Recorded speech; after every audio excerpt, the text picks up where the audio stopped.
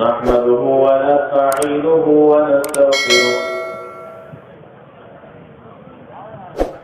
ونعوذ بالله من شرور أنفسنا ومن سيئات أعمالنا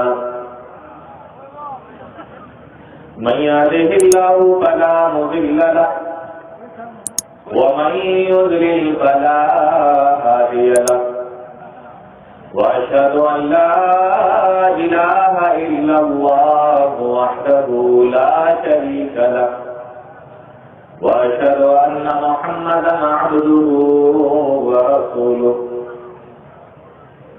يا أيها الذين آمنوا اتقوا الله حق تقاته ولا تموتن إلا وأنتم مسلمون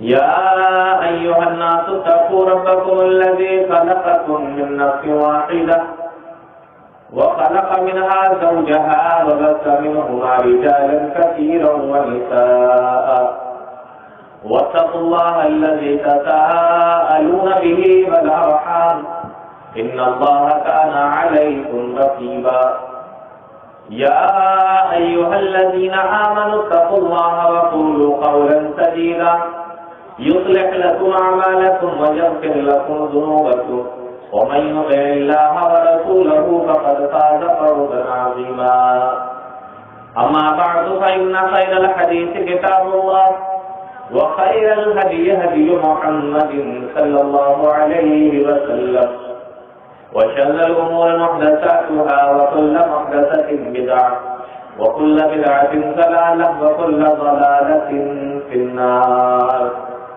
أعوذ بالله السميع العليم من الشيطان الرجيم بسم الله الرحمن الرحيم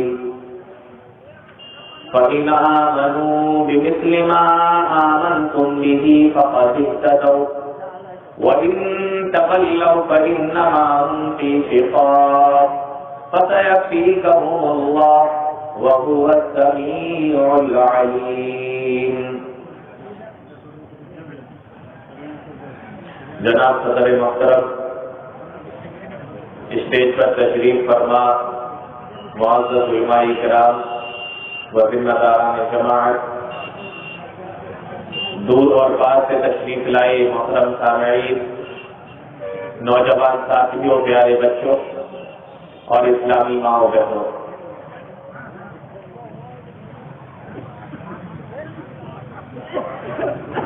آج کے اس عظیم الشان پروگرام کے اندر پیارے نبی جناب محمد رسول اللہ صلی اللہ علیہ وسلم کے ایک بہت ہی مشہور صحابی جن کا نام آپ نے سینکڑوں مرتبہ سنا ہوگا، جو خلیفہ ثالث کے نام سے بھی مشہور ہے، جن کا نام حضرت عثمان غنی رضی اللہ تعالی عنہ ہے. آج ان کی سیرت اور ان کی زندگی کے تعلق سے چند باتیں آپ لوگوں کے سامنے انشاءاللہ رکھی جائیں گی.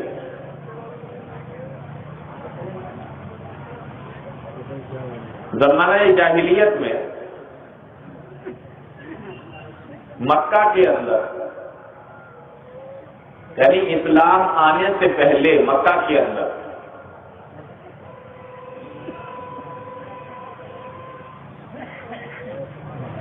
جس آدمی کے پاس میں دولت سب سے زیادہ ہوتی تھی، اس کی عزت بھی اتنی ہی زیادہ ہوا کرتی. یہ الگ بات ہے کہ آج کے دور کے اندر بھی جس آدمی کے پاس میں جتنی دولت ہے، لوگ اس کو اتنی ہی زیادہ عزت دیتے ہیں. اسلام کی نظر میں عزت کا معیار دولت نہیں ہے. ہاں، جاہلیت میں اسلام آنے سے پہلے یہ رسم تھی، یہ رواج تھا یہ الگ بات ہے کہ آج بھی ہم لوگ مسلمان ہونے کے باوجود عزت کا معیار ہم لوگوں نے دولت ہی کو بنا لیا. تو مکہ کے اندر جس قبیلے کے پاس میں جتنی دولت ہوتی تھی وہ قبیلہ اتنی زیادہ عزت کی نظر سے دیکھا جاتا تھا. جس آدمی کے پاس میں جتنی دولت ہوتی تھی اس آدمی کی اتنی ہی زیادہ عزت کی جاتی تھی. اور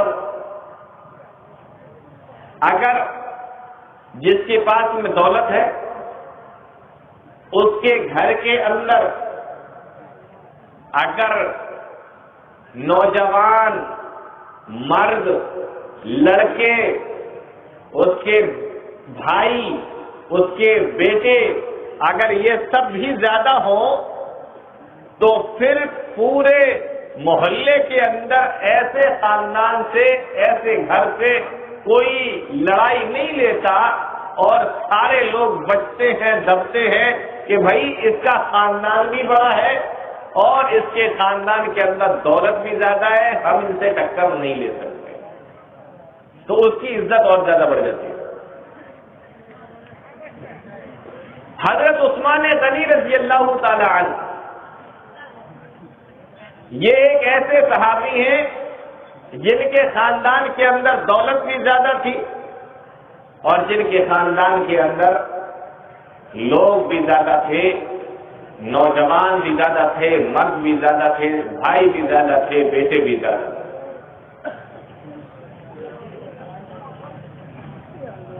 اور حضرت عثمان غنی رضی اللہ تعالی عنہ یہ خود اپنے قوم کے اندر بہت مالدار تھے، اپنے قبیلے کے سردار تھے،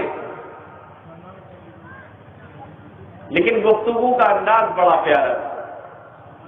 مؤرخین نے لکھا ہے کہ بڑے شیریں کلام تھے، آواز میں اور گفتگو کے انداز میں بڑی مٹھاس تھی. شرم و حیا کے پیکر سب سے پہلے اسلام لانے والے 18 مبشرہ میں سے ایک داماد رسول حضرت عثمان غنی رضی اللہ تعالی عنہ. یہ وہ صحابی رسول ہیں کہ والد کی طرف سے، باپ دادا کی طرف سے اور ماں کی طرف سے، ننہال اور نانی کی طرف سے، دونوں طرف سے ان کا خاندان اللہ کے نبی جناب محمد رسول اللہ صلی اللہ علیہ وسلم کے خاندان سے مل جاتا ہے. عبد مناف کے 2 بیٹے، ایک کا نام عبد شمس اور ایک کا نام ہاشم. ہاشم کی پھر جو اولادیں ہوئی اس میں جناب محمد رسول اللہ صلی اللہ علیہ وسلم، اور عبد شمس کی جو اولاد ہوئی اس میں حضرت عثمان غنی رضی اللہ تعالیٰ عنہ پیدا ہوئے. اور حضرت عثمان غنی رضی اللہ تعالیٰ عنہ کی جو نانی تھی ام حکیم جن کا نام تھا، وہ اللہ کے نبی جناب محمد رسول اللہ صلی اللہ علیہ وسلم کی سگی پھپھی تھی. تو باپ دادا کی طرف سے اور ماں کی اور نانی کی طرف سے دونوں طرف سے ان کا خاندان اللہ کے نبی صلی اللہ علیہ وسلم سے مل جاتا ہے. یہ فضیلت ہے حضرت عثمان غنی رضی اللہ تعالیٰ عنہ. نہایت ہی مالدار تھے، بزنس مین تھے، تاجر تھے، لیکن اتنے ہی زیادہ رکن دل تھے. عام طور پہ ہوتا کیا ہے کہ جو آدمی زیادہ مالدار ہوتا ہے، بہت زیادہ مال و دولت والا ہوتا ہے، بہت بڑا بزنس مین اور تاجر ہوتا ہے، وہ آدمی اتنا ہی زیادہ متکبر ہوتا ہے، اتنا ہی زیادہ اس کے اندر فخر ہوتا ہے، اتنا ہی زیادہ اس کے اندر گھمنڈ آ جاتا ہے. وہ کسی سے سیدھے منہ بات نہیں کرتا، اچھے سے بات نہیں کرتا.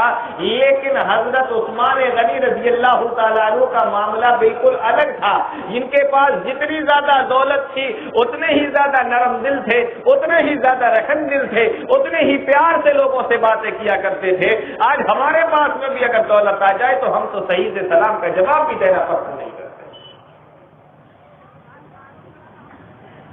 34 سال کی ان کی عمر تھی حضرت ابو بکر صدیق رضی اللہ تعالیٰ عنہ نے ان کو سمجھایا، اسلام کی طرف بلایا۔ غور کیجیے گا، 34 سال کی عمر میں انہوں نے اسلام قبول کر لیا، حضرت ابو بکر صدیق رضی اللہ تعالیٰ عنہ کے سمجھانے،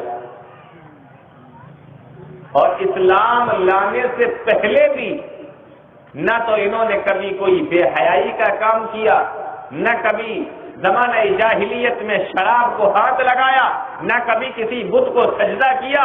اور جب حضرت ابو بکر صدیق رضی اللہ تعالیٰ عنہ نے ان کے سامنے اسلام کو پیش کیا، فوراً کلمہ پڑھ کر مسلمان ہو گئے۔ اللہ کے نبی صلی اللہ علیہ وسلم کے پاس میں پہنچے اور پیارے نبی جناب محمد رسول اللہ صلی اللہ علیہ وسلم کے سامنے انہوں نے کلمہ پڑھ لیا، مسلمان ہو گئے۔ پیارے نبی جناب محمد رسول اللہ صلی اللہ علیہ وسلم نے دیکھا بنو امیہ کا نوجوان ہے، خوبصورت ہے اور پڑھا لکھا بھی ہے۔ اللہ کے نبی صلی اللہ علیہ وسلم نے ان کو کاتب وحی بنا دیا۔ پیارے نبی پر جو قرآن نازل ہوتا تھا، اللہ کے نبی جناب محمد رسول اللہ صلی اللہ علیہ وسلم حضرت عثمان سے کہا کرتے تھے عثمان اس کو لکھو، اور پیارے نبی کے زمانے میں حضرت عثمان غنی رضی اللہ تعالیٰ عنہ اللہ کے نبی کے اوپر نازل ہونے والی قرآن کی آیتوں کو یہ صحابی لکھا کرتے تھے۔ اللہ کے نبی صلی اللہ علیہ وسلم نے ان کو کاتب وحی بنا دیا۔ 34 سال کی عمر میں اسلام لائے، پیارے نبی نے کاتب وحی بنا دیا۔ یہ بہت بڑا مقام ہے، صحابی تو بہت ہیں پیارے نبی کے، لیکن سارے کاتب وحی نہیں ہے۔ یہ بہت بڑا مقام ہے حضرت عثمان غنی کا۔ اور ایک موقع ایسا آیا کہ اللہ کے نبی جناب محمد رسول اللہ صلی اللہ علیہ وسلم نے اپنی بیٹی حضرت رقیہ رضی اللہ تعالی عنہا کی شادی حضرت عثمان غنی رضی اللہ تعالیٰ عنہ کے ساتھ میں کر دی۔ اپنا داماد بھی اللہ کے نبی صلی اللہ علیہ وسلم نے ان کو بنا لیا۔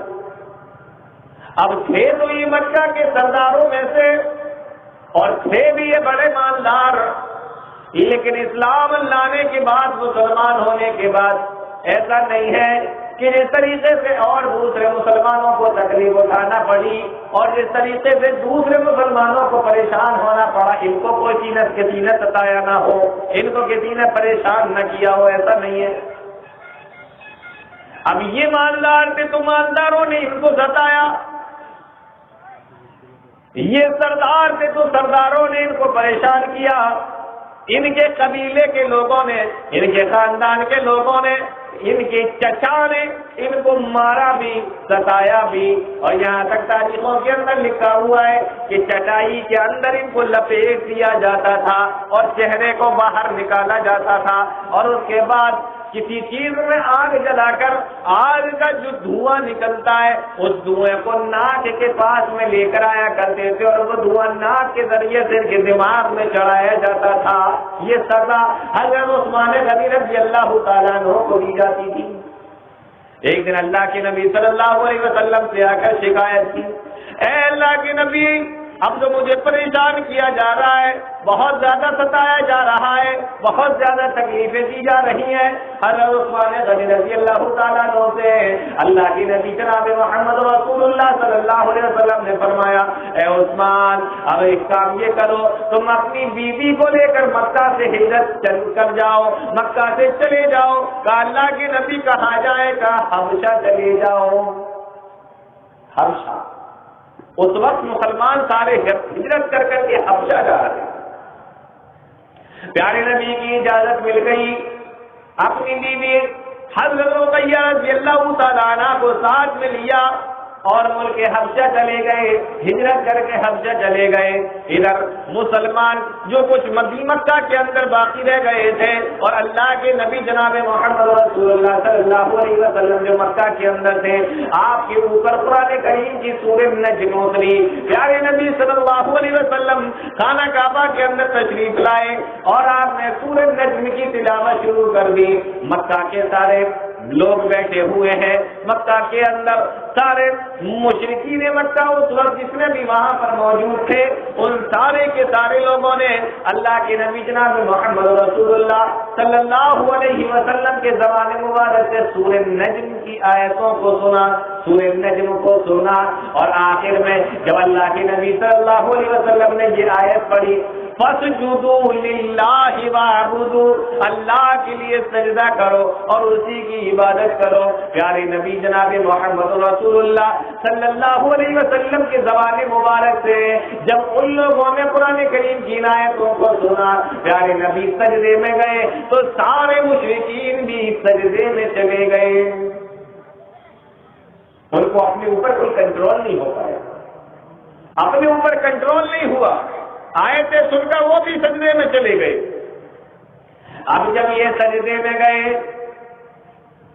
اب یہ بات دھیمے دھیمے کر کے مکہ سے پھیلی, اور بات صرف اتنی سی تھی کہ انہوں نے اللہ کے نبی جناب محمد رسول اللہ صلی اللہ علیہ وسلم کی تلاوت کو سن کر سجدے میں یہ چلے گئے تھے. بس اتنی سی بات تھی, مسلمان نہیں ہوئے تھے, نماز نبی کے ساتھ نہیں پڑھ رہے تھے, تلاوتیں نہیں کر رہے تھے, قرآن نہیں پڑھ رہے تھے, بس صرف اتنی سی بات تھی. لیکن یہ چھوٹی سی بات جب مکہ کے اندر سے نکلی, جب مکہ کے باہر گئی اور ملک حبشہ تک چلی گئی, تو وہاں پر یہ بات پہنچی کہ سارے مشرکین مسلمان ہو چکے ہیں اور اللہ کے نبی جناب محمد رسول اللہ صلی اللہ علیہ وسلم کے اوپر اسلام لا چکے ہیں, آپ کے ساتھ میں نماز پڑھ رہے ہیں, قرآن کی تلاوت سن رہے ہیں. سارا مکہ مسلمان ہو چکا ہے, سارے سردار نبی کے ساتھ میں خانہ کعبہ میں نماز پڑھتے ہیں اور سارے کے سارے لوگ تو مسلمان ہو گئے ہیں.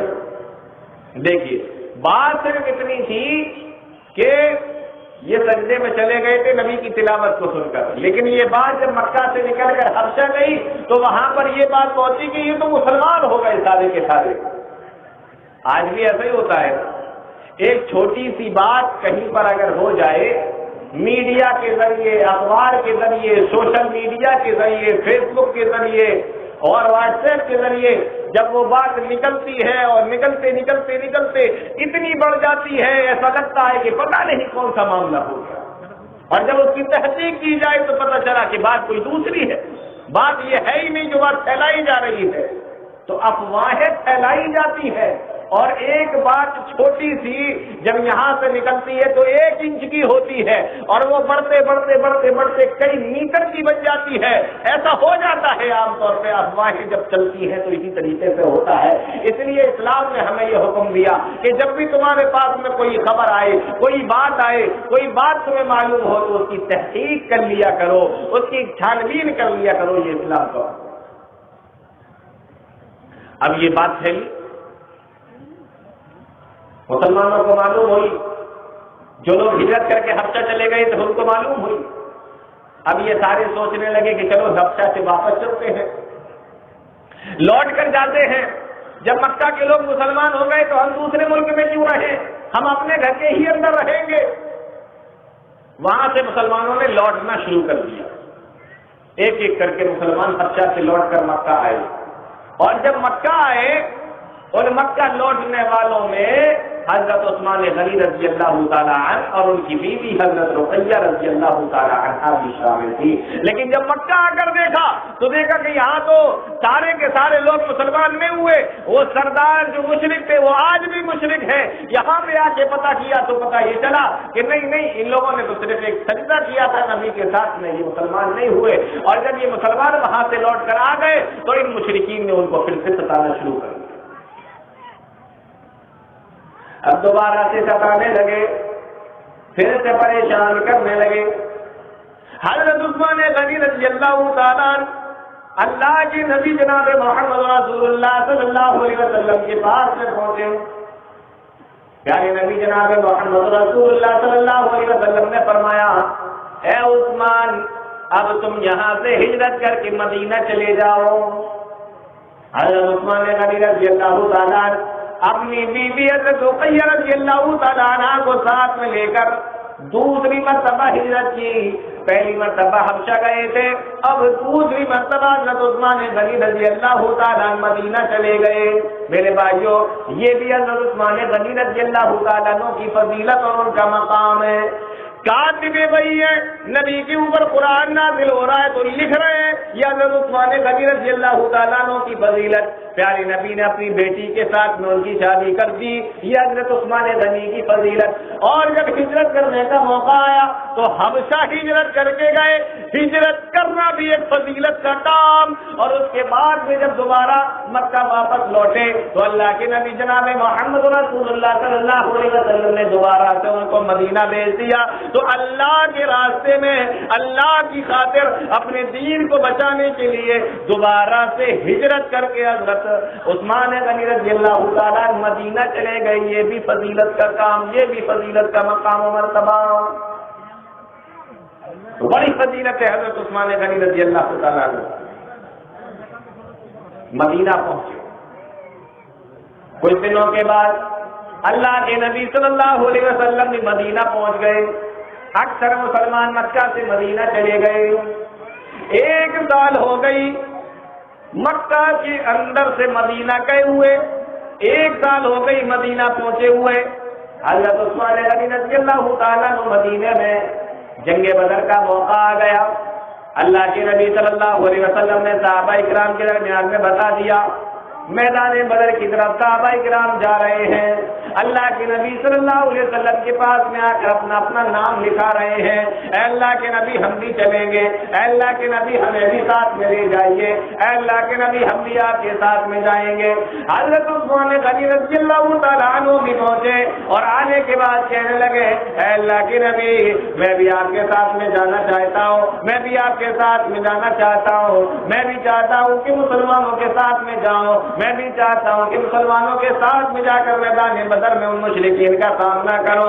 لیکن اے اللہ کے نبی آپ کی بیٹی جو میری بیوی ہے حضرت رقیہ رضی اللہ تعالیٰ عنہ کی طبیعت بڑی خراب ہے، اے اللہ کے نبی آپ اگر چاہتے ہیں تو مجھے اجازت دے دیجیے، اگر آپ چاہتے ہیں تو مجھے مدینہ میں رہنے کا موقع دے دیجیے۔ اے اللہ کے نبی میری سمجھ میں نہیں آ رہا ہے میں کیا کروں، آپ کی بیٹی کی تیمارداری کرو، اپنی بیوی کو دیکھو، اس کا علاج کراؤ، اس کے پاس میں رہو، یا آپ کے ساتھ میں میدان بدر کی طرف جاؤ اور مشرکین کے ساتھ میں جنگ کرو۔ اے اللہ کے نبی اگر گھر میں رہتے ہیں تو میدان بدر میں جانے کا موقع ہاتھ سے نکل جائے گا، مشرکین اور مسلمانوں کے درمیان میں جو پہلی جنگ ہو رہی ہے اس جنگ میں شریک ہونے کا موقع مجھے نہیں ملے گا۔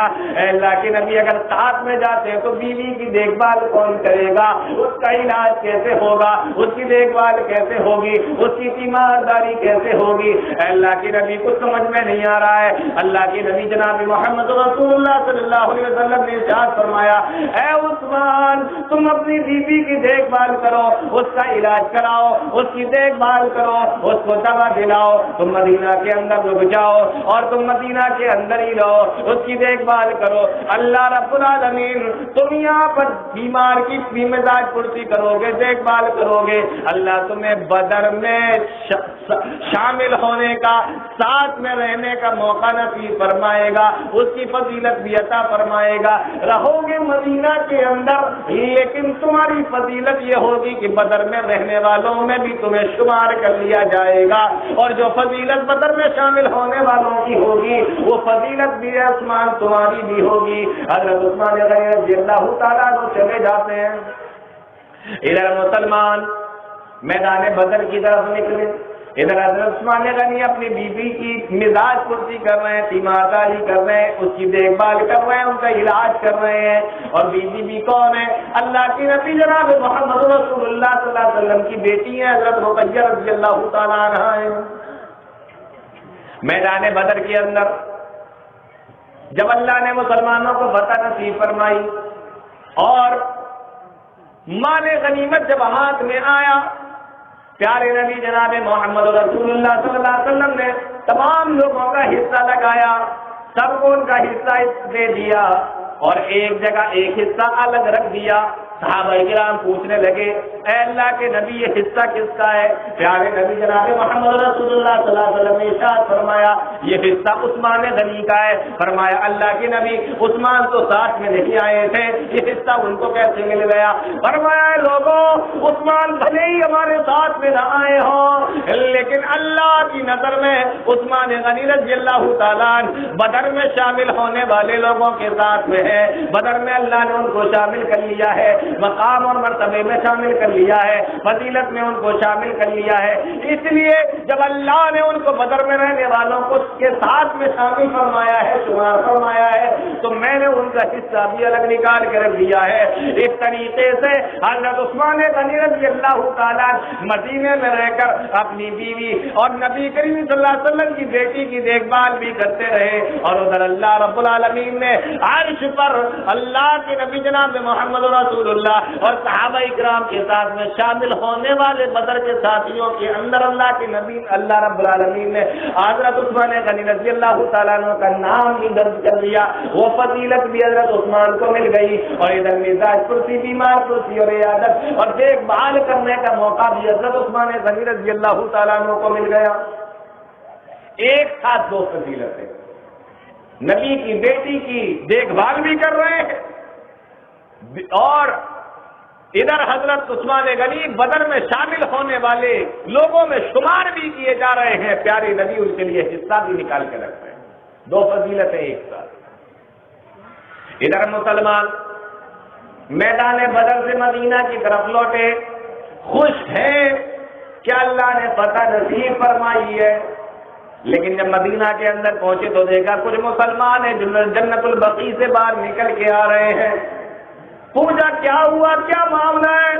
جواب دیا گیا کہ حضرت عثمان غنی کی بیوی حضرت رقیہ رضی اللہ تعالی عنہا جو بیمار تھی, اللہ نے ان کو اپنے پاس میں بلا لیا ہے. ان کا انتقال ہو گیا ہے, ان کی وفات ہو گئی ہے, ان کا انتقال ہو گیا ہے. حضرت رقیہ رضی اللہ تعالی عنہا ختم ہو گئی ہے.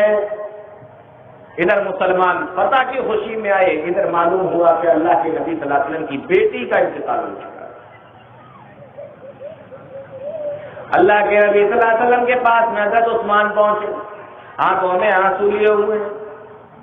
اللہ کے نبی صلی اللہ علیہ وسلم نے دیکھا, کہا عثمان کیوں رو رہے ہو؟ کہا اللہ کے نبی میری بیوی کا انتقال ہو گیا ہے. اور بیوی بھی کون؟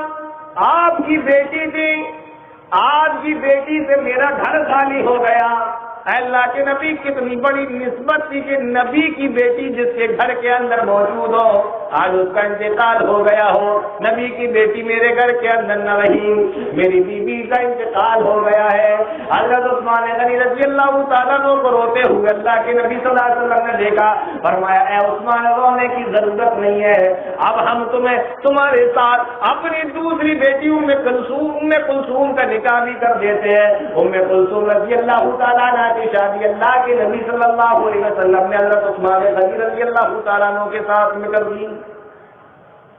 سوچنے کی بات ہے, آج اگر بیوی کا انتقال ہو جائے, کسی کی بیٹی کا انتقال ہو جائے تو الزام داماد کے اوپر لگتا ہے, سسرال والوں کے اوپر لگتا ہے. اور اگر یہ معلوم ہو جائے کہ بیٹی بیمار تھی اس کے بعد میں ختم ہوئی ہے تب تو سسر اور زیادہ الزام لگاتے ہیں. کیس کر دو ان کے خلاف, مار دیا ہوگا ان لوگوں نے, ان کے خلاف رپورٹ کرو, ان کے خلاف FIR لکھاؤ. ایسا ہی ہوتا ہے. اور کوئی بھی سسر اپنے داماد کو دوسری بیٹی نہیں دینا چاہتا. پہلی بیٹی کا اگر انتقال ہو گیا ہو تو کہتے ہیں کہ انہوں نے مار دیا ہوگا. جب پہلی کو نہیں رکھ پائے تو کیا پتا دوسری کو بھی نہ رکھ پائے. ہمارے یہاں تو یہی سوچ بنی ہوئی ہے لوگوں کی. ہاں کچھ لوگ ہوں گے جو اس طریقے سے نہیں سوچتے ہوں گے, ورنہ عام طور پہ تو یہی سوچتے ہیں. حضرت عثمان غنی رضی اللہ تعالیٰ عنہ کا معاملہ یہ نہیں, پیارے نبی صلی اللہ علیہ وسلم کا معاملہ یہ نہیں. حضرت عثمان غنی رضی اللہ تعالیٰ عنہ کو روتے ہوئے دیکھا. فرمایا عثمان رونے کی ضرورت نہیں ہے, میں نے اپنی بیٹی ام کلثوم کا نکاح تمہارے ساتھ میں کر دیا. حضرت ام کلثوم رضی اللہ تعالیٰ عنہ کا نکاح اللہ کے نبی جناب محمد رسول اللہ صلی اللہ علیہ وسلم نے حضرت عثمان کے ساتھ میں کر دیا. پیارے نبی کی دو بیٹیاں حضرت عثمان غنی رضی اللہ تعالیٰ عنہ کے نکاح میں آئیں. آدم علیہ السلام سے لے کر جناب محمد رسول اللہ صلی اللہ علیہ وسلم تک جتنے بھی نبی آئے، یا یوں کہہ لو کہ آدم علیہ السلام سے لے کر قیامت تک جتنے بھی لوگ آئیں گے، کوئی آدمی ایسا نہیں گزرا ہے جس کے نکاح میں کسی نبی کی دو بیٹیاں آئی ہو سوائے عثمان غنی رضی اللہ تعالیٰ عنہ کے. یہ وہ عثمان غنی ہے جن کے نکاح میں اللہ کے نبی جناب محمد رسول اللہ صلی اللہ علیہ وسلم نے اپنی دو بیٹیوں کو دے دیا. اسی لیے ان کو ذو النورین بھی کہا جاتا ہے. ان کا لقب بھی ذو النورین اسی لیے پڑا کیونکہ پیارے نبی کی دو بیٹیاں تھیں، یعنی دو نور والے، یعنی دو بیٹیاں پیارے نبی کی ان کے حصے میں آئی، ان کے نکاح میں آئی. میں نے آپ لوگوں کو بتایا کہ یہ بڑے مالدار تھے، بہت دولت تھی ان کے پاس. ایک مرتبہ اللہ کے نبی صلی اللہ علیہ وسلم نے اعلان کیا، آج بھی اعلان کیا جاتا ہے نا، میں بتاؤں گا ابھی آپ لوگوں کو کہ ہم لوگوں کی حالت کیا ہوتی ہے اعلان سننے کے بعد. ادھر پیارے نبی صلی اللہ علیہ وسلم نے اعلان کیا، فرمایا اے لوگوں مدینہ کے اندر میٹھے پانی کا صرف ایک کنواں ہے، ایک کنواں. مدینہ کے اندر پانی تو بہت ہے لیکن پینے کے لائق جو پانی جس کو میٹھا پانی کہتے ہیں، پینے کے لائق جو پانی ہے اس کا صرف ایک کنواں ہے اور وہ بھی یہودی کے قبضے میں ہے. اب اگر کسی کو پانی چاہیے ہو تو وہ یہودی بیچتا ہے، جو پینا چاہتا ہے اس کو خریدنا پڑتا ہے. اللہ کے نبی جناب محمد رسول اللہ صلی اللہ علیہ وسلم نے ارشاد فرمایا من حفر فی رعومۃ فلہ الجنہ. کون ہے اے میرے صحابہ تم میں سے کون ایسا آدمی ہے جو اللہ کی خاطر اس کنویں کو خرید لے، اللہ رب العالمین اس کے لیے جنت کو پکی کر دے گا، اللہ رب العالمین اس کے لیے جنت عطا کرے گا، اس کو جنت دے دے گا. صحابہ اکرام ابھی بیٹھے ہوئے ہیں. حضرت عثمان غنی رضی اللہ تعالیٰ عنہ اٹھ کر کھڑے ہو گئے، کہنے لگے اے اللہ کے نبی اگر میں کنواں خرید لوں تو اللہ کے جنت مجھے عطا فرما دے گا، اس کنویں کے بدلے میں کیا جنت مجھے مل جائے گی؟ پیارے نبی نے فرمایا ہاں عثمان، اگر تم کنواں خرید کر اللہ کے راستے میں وقف کر دو گے، مسلمانوں کو دے دو گے، اللہ کے راستے میں دے دو گے تو اللہ رب العالمین تمہیں جنت عطا فرمائے گا. فرمایا اے اللہ کے نبی اب کنویں کے لیے چندہ کرنے کی ضرورت نہیں ہے، اب کنویں کے لیے کسی سے کہنے کی ضرورت نہیں ہے. عثمان اکیلا کنواں خریدنے کے لیے تیار ہے، اور عثمان اکیلا کنواں خریدنے کے لیے تیار ہے، عثمان اکیلا کنویں کے پیسے دینے کے لیے تیار ہے.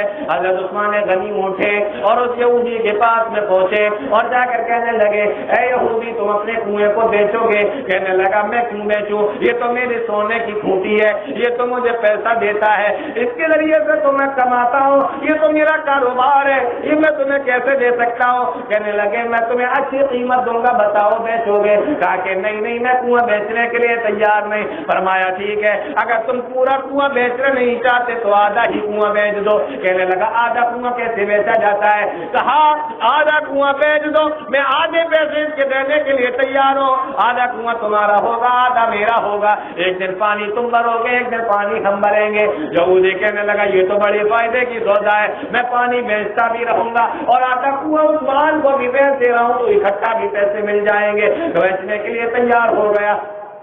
12,000 درہم میں آدھا کنواں حضرت عثمان غنی رضی اللہ تعالیٰ عنہ کو بیچ دیا. اللہ کے نبی صلی اللہ علیہ وسلم کے پاس میں آئے، آ کر کہنے لگے اے اللہ کے نبی آدھا کنواں اس نے بیچا تھا، میں نے آدھا کنواں خرید لیا. پیارے نبی فرماتے یہ تو اچھا کیا. کہا اللہ کے نبی میں نے اللہ کے راستے میں وقف کر دیا، اللہ کے راستے میں دے دیا. فرمایا اے عثمان تمہارے لیے اللہ نے جنت پکی کر دی ہے. اب میں یہاں پر ایک دو باتیں آپ کو بتانے والا ہوں. آپ لوگ سارے بزنس مین ہیں، کاروبار کرتے ہیں، تھوڑا غور سے سنیے. یہودی جو قوم ہے نا، یہودی یہ بڑے انٹیلیجنٹ، بڑے مائنڈیڈ، پوری دنیا کے اندر دیکھ لو اتنی سی تعداد ہے یہودیوں کی، لیکن پوری دنیا کو اپنے کنٹرول میں کیے ہوئے. پوری دنیا کو اپنے کنٹرول میں رکھے ہوئے ہیں. سونے کا بھاؤ، میڈیا، اخبار، سوشل میڈیا، یہ ساری چیزیں سب کچھ ان کے پاس. پوری دنیا کو کنٹرول کیے ہوئے ہیں کچھ یہودی مل کر. اتنے مائنڈیڈ اور اتنے ذہین اور اتنے عقل مند ہوتے ہیں یہ لوگ. لیکن لالچی بھی بہت ہوتے ہیں. لالچی بہت ہوتے ہیں. دولت کہاں سے آئے گی بس ان کو یہ دکھائی دیتا ہے. تو وہ آپ لوگوں نے ایک کہانی سنی ہوگی کہ ایک بڑھیا کے پاس میں ایک مرغی تھی، وہ روزانہ سونے کا انڈا دیتی تھی. اس نے سوچا یار یہ روزانہ ایک ایک انڈا دیتی ہے، ایک کام کرتے ہیں اس کا پیٹ پھاڑ دیتے ہیں، سارے انڈے ایک ساتھ باہر نکال دیتے ہیں. تو جب اس نے پیٹ پھاڑ دیا تو ایک بھی انڈا اندر سے نہیں نکلا، تو جو ایک نکلتا تھا وہ بھی ختم ہو گیا. وہ یہودی روزانہ پانی بیچتا تھا. اس نے سوچا ایک ساتھ اتنا بہت پیسہ مل رہا ہے، پیسہ بھی میرا ہو جائے گا اور پانی تو میں روزانہ بیچتا ہوں، ایک دن چھوڑ کے بیچ دیا کروں گا، کیا فرق پڑتا ہے. اللہ کے نبی جناب محمد رسول اللہ صلی اللہ علیہ وسلم کے صحابی حضرت عثمان غنی کو اس نے آدھا کنواں بیچ دیا. کہا میں آدھا بیچ دیتا. یہودی ہوگا بہت ذہین، ہوتے ہوں گے بہت عقل مند، لیکن سچے مسلمانوں سے زیادہ عقل مند نہیں ہو سکتے. عثمان غنی سچے مسلم تھے نا، اچھے مسلم تھے نا، صحابی تھے نبی کے. اس کو ایسا پھنسایا کہ تو آدھا بیچ دے. اس کو لگا کہ یار آدھے پیسے بھی مل رہے اور پانی تو میں اگلے دن بیچ دوں گا، ایک دن نہیں بیچوں گا، کیا فرق پڑتا ہے. تو مسلمانوں سے زیادہ ذہین کوئی قوم نہیں ہے، مسلمانوں سے زیادہ عقل مند کوئی قوم نہیں ہے. ہم استعمال نہ کریں اپنی عقل کا وہ الگ مسئلہ ہے، لیکن مسلمانوں کو کوئی چکمہ نہیں دے سکتا. آدھا کنواں خرید لیا. اب حضرت عثمان نے کیا کیا، ایک دن مسلمان پانی لیتے، جس دن مسلمان پانی لیتے اس دن کنویں کا پانی بکتا نہیں تھا، فری کر دیا. جو جتنا چاہے اتنا پانی لے سکتا ہے، جو جتنا چاہے اتنا پانی بھر لے. اور ساتھ میں یہ اعلان بھی کر دیا کہ صرف مسلمان ہی نہیں بلکہ یہودی، منافق، مدینہ کے اندر رہنے والے جتنے بھی لوگ ہیں جو بھی یہ چاہتے ہو کہ اس میں سے پانی لیں وہ پانی لے سکتے ہیں. تو سارے لوگ اس دن پانی لے لیتے تھے جس دن مسلمانوں کی باری ہوتی تھی، اور اتنا پانی لیتے تھے جو 2 دن کے لیے کافی ہوتا تھا. ایک دن کے لیے نہیں، 2 دن کے لیے. ایک جس دن باری ہے مسلمانوں کی اس دن، اور دوسرے اس دن جس دن یہودی کے ہاتھ میں کنواں چلا جائے گا. 2 دن کا پانی بھر کے رکھ لیتے تھے. اب یہودی وہاں کنویں پہ بیٹھا اور مکھیاں مار رہا ہے، کوئی آئے پانی خریدنا. یہودی بیٹھا وہاں مکھیاں مار رہا ہے. اس نے دیکھا یار یہ کیا ہوا، میں نے آدھے کنویں کے لالچ میں اپنے ہی پیروں پہ کلہاڑی مار لی. یہ تو اسی بڑھیا کی طرح ہو گئے جو بہت سے انڈے ایک ساتھ حاصل کرنے کے چکر میں مرغی کو ہی کاٹ ڈالا کہ لاؤ سونے کا انڈا نکال لیتے، سارے انڈے نکال لیتے. اب اس کی سمجھ میں آیا، دوڑا دوڑا اللہ کے نبی صلی اللہ علیہ وسلم کے پاس میں آیا. کہا اللہ کے نبی میرا تو کاروباری چوپٹ ہو گیا.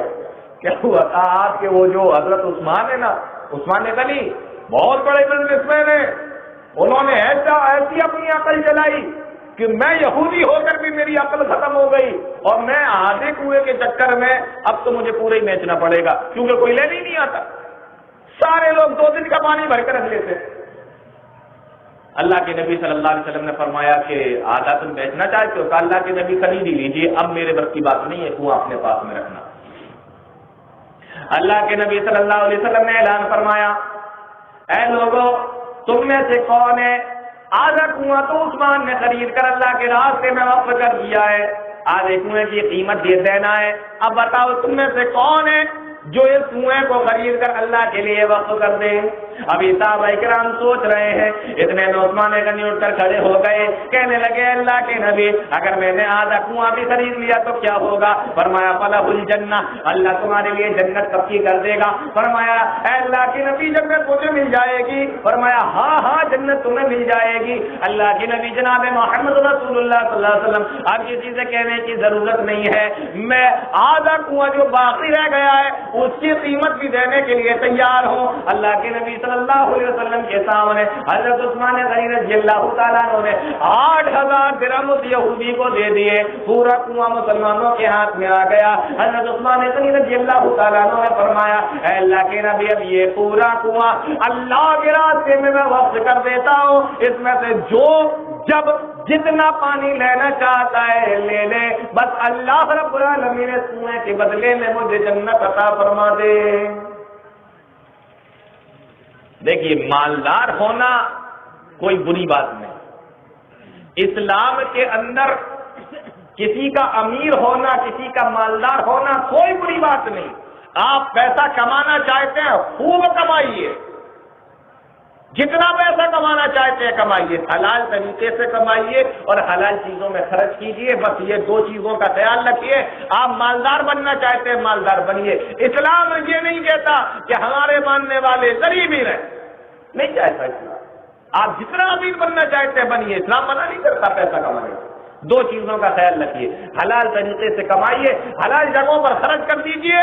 اسلام امیر بننے مالدار بننے سے، حضرت عثمان غنی بھی تو مالدار تھے نا، لیکن کیسے مالدار تھے؟ یہ کنجوسوں والے نہیں تھے۔ یہ تو میں نے کنویں کی مثال دی، آئیے ایک مثال میں اور دیتا ہوں، حدیثوں کے اندر یہ بھی موجود ہے۔ اللہ کے نبی جناب محمد رسول اللہ صلی اللہ علیہ وسلم مسجد نبی کے اندر خطبہ دے رہے ہیں، صحابہ کرام کی تعداد بڑھتی چلی جا رہی ہے، دیکھا مسجد نبی چھوٹی پڑ رہی ہے اور صحابہ کرام زیادہ ہوتے چلے جا رہے ہیں۔ نماز ختم ہو گئی، جمعہ ختم ہو گیا، خطبہ ختم ہو گیا، نماز ختم ہو گئی۔ اللہ کے نبی صلی اللہ علیہ وسلم نے فرمایا اے لوگوں، مسجد نبی بڑی تو ہے لیکن صحابہ کی تعداد اس سے زیادہ بڑی ہے، اس لیے مسجد نبی چھوٹی ہوتی چلی جا رہی ہے، مسجد نبی کے اندر جگہ کم ہو رہی ہے۔ تم میں سے کون ہے جو مسجد نبی کے لیے جگہ خرید کر اللہ کے راستے میں وقف کر دے؟ تم میں سے کون ہے جو مسجد نبی کے لیے جگہ خریدے؟ صحابہ کرام ابھی سوچ رہے ہیں کہ کون اٹھے گا، اتنے میں حضرت عثمان غنی اٹھ کر کھڑے ہو گئے، کہا اللہ کے نبی جناب محمد رسول اللہ صلی اللہ علیہ وسلم میں مسجد نبی کے لیے جگہ خریدنے کو تیار ہوں، مجھے کیا ملے گا؟ فرمایا من بنا للہ مسجدا بنى اللہ لہ بیتا فی الجنہ، جو شخص اللہ کے لیے دنیا کے اندر گھر بنائے گا اللہ اس کا جنت کے اندر گھر تیار کر دے گا، اللہ اس کے لیے جنت میں گھر بنائے گا۔ فرمایا اللہ کے نبی اگر میں یہاں پر مسجد بناؤ اللہ وہاں میرے لیے محل بنا دے گا؟ فرمایا کہ ہاں عثمان تمہارے لیے محل بن جائے گا۔ فرمایا اے اللہ کے نبی پھر میں جگہ خریدنے کے لیے تیار ہوں اور سارا پیسہ اپنی جیب سے دینے کے لیے تیار ہوں، کسی سے لینے کی ضرورت نہیں ہے اور کسی سے لینے کی ضرورت نہیں۔ مسجد نبی کے لیے جگہ خریدی اور سارا پیسہ حضرت عثمان غنی رضی اللہ تعالیٰ عنہ نے اپنے جیب سے دیا، کسی دوسرے سے لینے کی ضرورت نہیں پڑی۔ یہ حضرت عثمان کا معاملہ ہے۔ آج ہمارا معاملہ کیا ہے؟ مسجدوں میں جاتے ہیں، عام طور پہ 5 نمازوں میں تو کسی سے کچھ لیا نہیں جاتا۔ ایسا نہیں ہے کہ آپ فجر کی نماز پڑھنے چلے گئے، ظہر کی نماز پڑھنے چلے گئے، لاؤ وہی جیب سے نکالو کتنے ہیں تمہارے پاس، ایسا تو نہیں ہوتا۔ جمعے والے دن عام طور پہ میں نے دیکھا ہے اکثر مسجدوں کے اندر کہ تھوڑا پیسہ اکٹھا کرتے ہیں، کیونکہ وہ مسجد کے انتظام اور اس کی تمام چیزوں میں خرچ ہو جاتا ہے تو وہ جمعے والے دن اکٹھا کر لیتے ہیں۔ تو جمعے والے دن بھی ہم لوگ جانتے ہو کیا کرتے ہیں، جب معلوم ہوتا ہے کہ ہاں بھی کچھ دینا پڑے گا تو وہ 5 کا اور 10 کا 2 کا 1 کا سکہ اس طرح، اور جو 100 کا 500 کا 200 کا ہے اس کو دوسری جیب میں رکھ لیتے ہیں، ایک جیب میں بھی نہیں رکھتے۔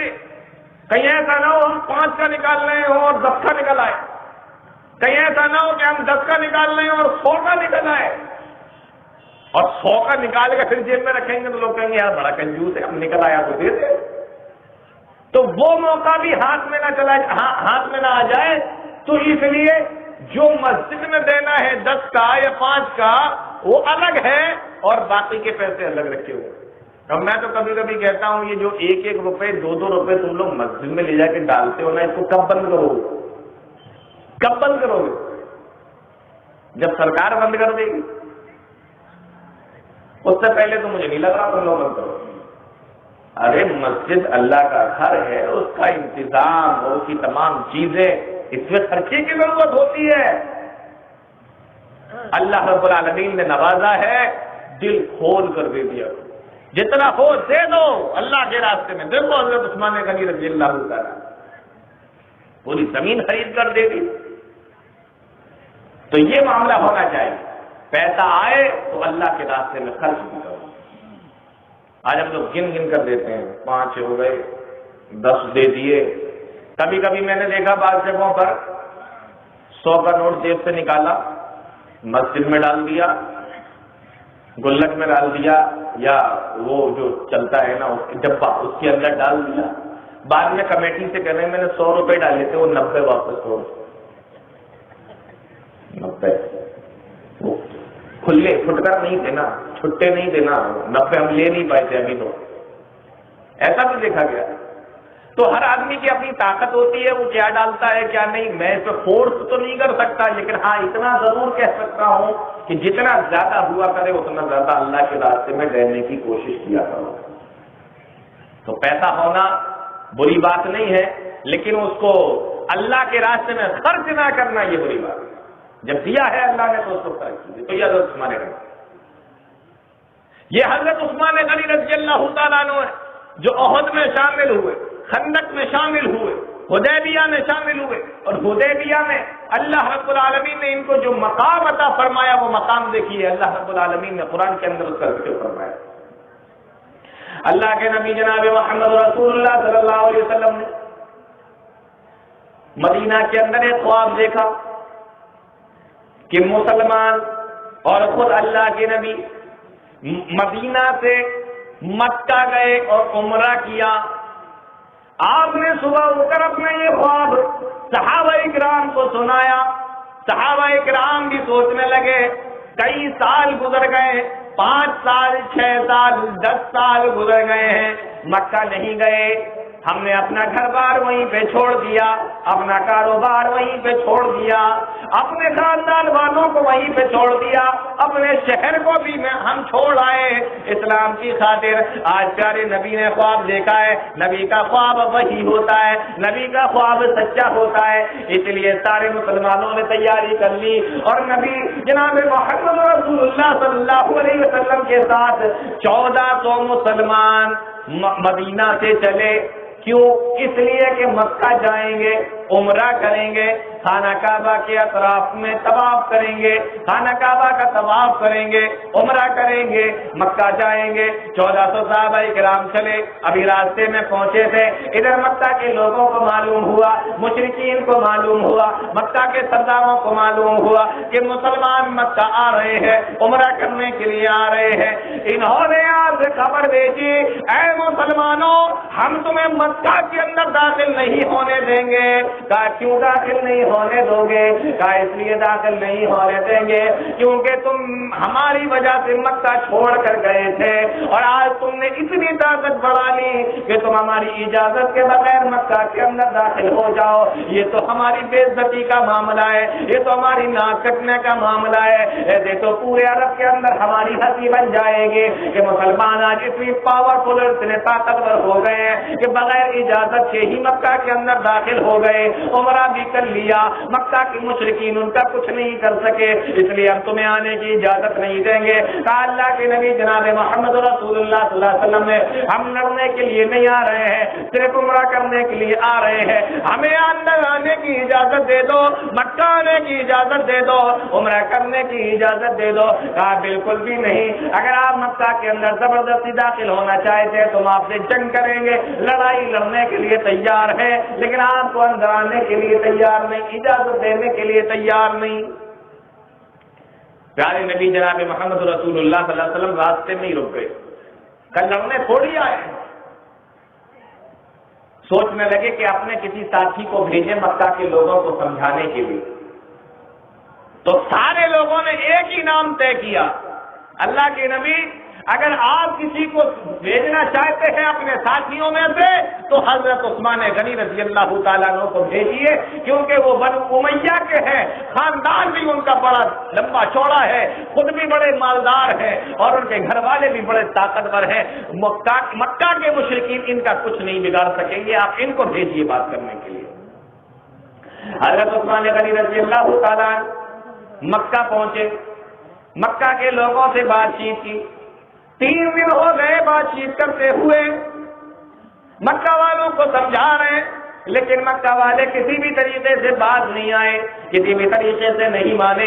حضرت عثمان غنی رضی اللہ تعالیٰ عنہ 3 دن سے یہاں پر ہیں، اور جب 3 دن ہو گئے آپ واپس لوٹ کر اللہ کی نبی جناب محمد رسول اللہ صلی اللہ علیہ وسلم کے پاس میں نہیں پہنچے، تو یہاں پر کسی نے یہ خبر پھیلا دی کہ مکہ کے لوگوں نے حضرت عثمان غنی رضی اللہ تعالیٰ عنہ کو شہید کر دیا ہے، حضرت عثمان کو مار دیا ہے، شہید کر دیا ہے۔ اللہ کی نبی جناب محمد رسول اللہ صلی اللہ علیہ وسلم کو اپنے ساتھی، اپنے صحابی عثمان غنی سے اتنی محبت تھی، فرمایا اے لوگوں، ایک درخت کے نیچے آ کر کھڑے ہو گئے اور 1400 صحابہ کرام سے فرمایا اے لوگوں، میں اللہ کا نبی، میں رحمت للعالمین، میں رحمت دو عالم، آئے تو ہم یہاں پر اس لیے تھے کہ مکہ جائیں گے، عمرہ کریں گے، لڑنے کا ہمارا کوئی ارادہ نہیں تھا، لیکن اے لوگوں سنو، آج انہوں نے میرے ساتھی کو مارا ہے، میرے صحابی کو مارا ہے، آج انہوں نے عثمان کو شہید کیا ہے، اے لوگوں اس لیے میں محمد رسول اللہ عثمان کے خون کا بدلہ لیے یہاں سے واپس نہیں جاؤں گا، عثمان کے خون کا بدلہ لیے یہاں سے واپس نہیں جا سکتا، بتاؤ تم میں سے کون میرا ساتھ دینے کے لیے تیار ہے؟ 1400 صحابہ کرام، لڑنے کے لیے تلواریں نہیں، لڑنے کے لیے سامان نہیں، لڑنے کے لیے ہتھیار نہیں، لیکن جب نبی نے کہا کہ عثمان کے خون کا بدلہ لے کر ہی جائیں گے تو سارے صحابہ نبی کے ساتھ میں کھڑے ہو گئے کہ اللہ کے نبی جہاں آپ جائیں گے وہاں ہم جائیں گے، جو آپ بولیں گے وہ ہم کریں گے، اے اللہ کے نبی ہم آپ کے اوپر نچھاور، ہم آپ کے اوپر قربان، آپ ہم سے جیسا بولیں گے ہم ویسا کرنے کے لیے تیار ہیں۔ اللہ کے نبی صلی اللہ علیہ وسلم کے ہاتھ میں ہاتھ رکھ کر بیٹھ گئی۔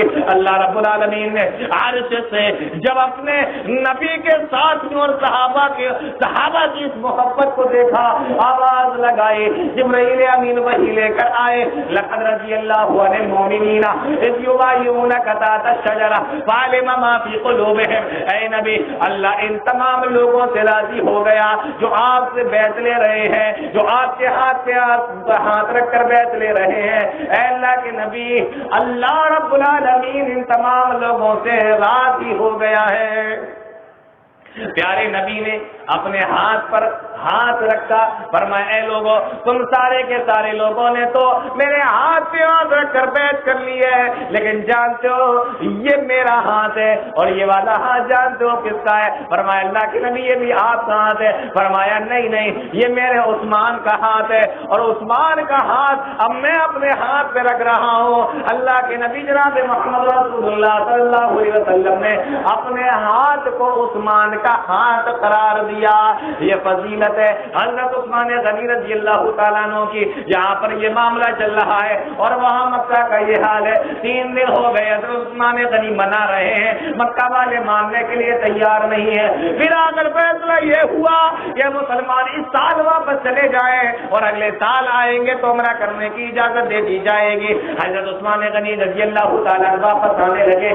مکہ کے مشرکین نے کہا، مکہ کے سرداروں نے کہا اے عثمان، ہم مسلمانوں کو اجازت نہیں دیتے، ہم نبی کو اندر مکہ میں آنے کی اجازت نہیں دیتے، لیکن چونکہ اب تم آ گئے ہو تو تم عمرہ کر کے چلے جاؤ، ہم تمہیں اجازت دیتے ہیں، تم عمرہ کر لو، تمہیں عمرہ کرنے کی اجازت ہے۔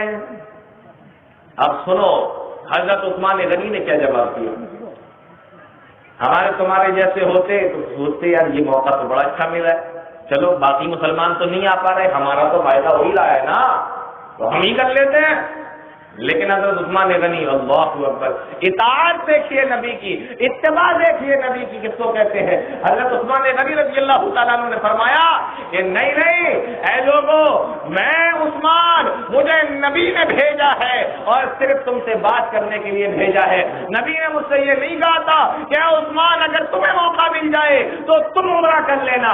جب نبی نے مجھے اجازت نہیں دی تو بھلے ہی مجھے عمرہ کرنے کا موقع مل رہا ہے، میں عمرہ نہیں کر سکتا۔ یہ ہے حضرت عثمان غنی رضی اللہ تعالیٰ عنہ کی اتباع، یہ اطاعت کرتے تھے اللہ کے نبی جناب محمد رسول اللہ صلی اللہ علیہ وسلم۔ مجھے اجازت ہے، تم مجھ سے کہہ رہے ہو، مجھے موقع ملا ہے، لیکن نبی نے مجھ سے نہیں کہا تھا چلتے ٹائم کہ اگر تمہیں موقع مل جائے تو تم کر لینا۔ تو جب نبی نے نہیں کہا میں نہیں کر سکتا، نبی کی اجازت کے بعد یہ حضرت عثمان غنی. فتح مکہ کا موقع ہے تو یہ مسلمانوں کے ساتھ، تبوک کا موقع ہے تو یہ مسلمانوں کے ساتھ ہے. اور آئیے میں آپ کو بتاؤں، یہ وہ حضرت عثمان غنی رضی اللہ تعالیٰ عنہ ہے. مدینہ میں خبر پہنچی کہ روم کا بادشاہ 2 لاکھ فوجیوں کو لے کر، عیسائیوں کو لے کر مدینے پہ چڑھائی کرنے آ رہا ہے، حملہ کرنے کے لیے آ رہا ہے. اللہ کے نبی جناب محمد رسول اللہ صلی اللہ علیہ وسلم نے صحابہ کو اکٹھا کیا، ان سے مشورہ کیا اور فرمایا کہ اگر وہ 2 لاکھ لوگ مدینہ پر آ گئے تو مدینہ کو بچانا ذرا مشکل ہو جائے گا. ہم لوگ ایک کام کرتے ہیں کہ وہیں پر چلتے ہیں، انہی کی سرحد پر، انہی کی بارڈر پہ جا کے انہی سے لڑیں گے. مسلمانوں نے کہا ٹھیک ہے، آپ کا جیسا ہو. مشورے میں یہ بات طے ہو گئی. کہا کون کون چلے گا؟ جانتے ہو، یاد رکھنا 30,000 مسلمانوں نے اپنا نام لکھایا کہ ہم چلنے کے لیے تیار. کتنے لوگوں سے لڑنے کے لیے 30,000 جا رہے ہیں؟ 2 لاکھ لوگوں سے لڑنے کے لیے 30,000 مسلمان. گرمی کا دن ہے، سیرت کی کتابیں پڑھیے آپ کو معلوم ہوگا. گرمی کا زمانہ ہے، جون کا مہینہ ہے، سورج کی گرمی اور ادھر زمین بھی تپ رہی ہے.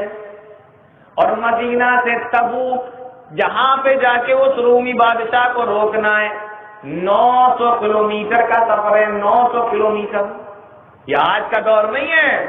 یہاں ہوائی جہاز پہ بیٹھے 1.5 گھنٹے کے اندر 2 گھنٹے کے اندر 900 کلومیٹر 1000 کلومیٹر پہنچ گئے.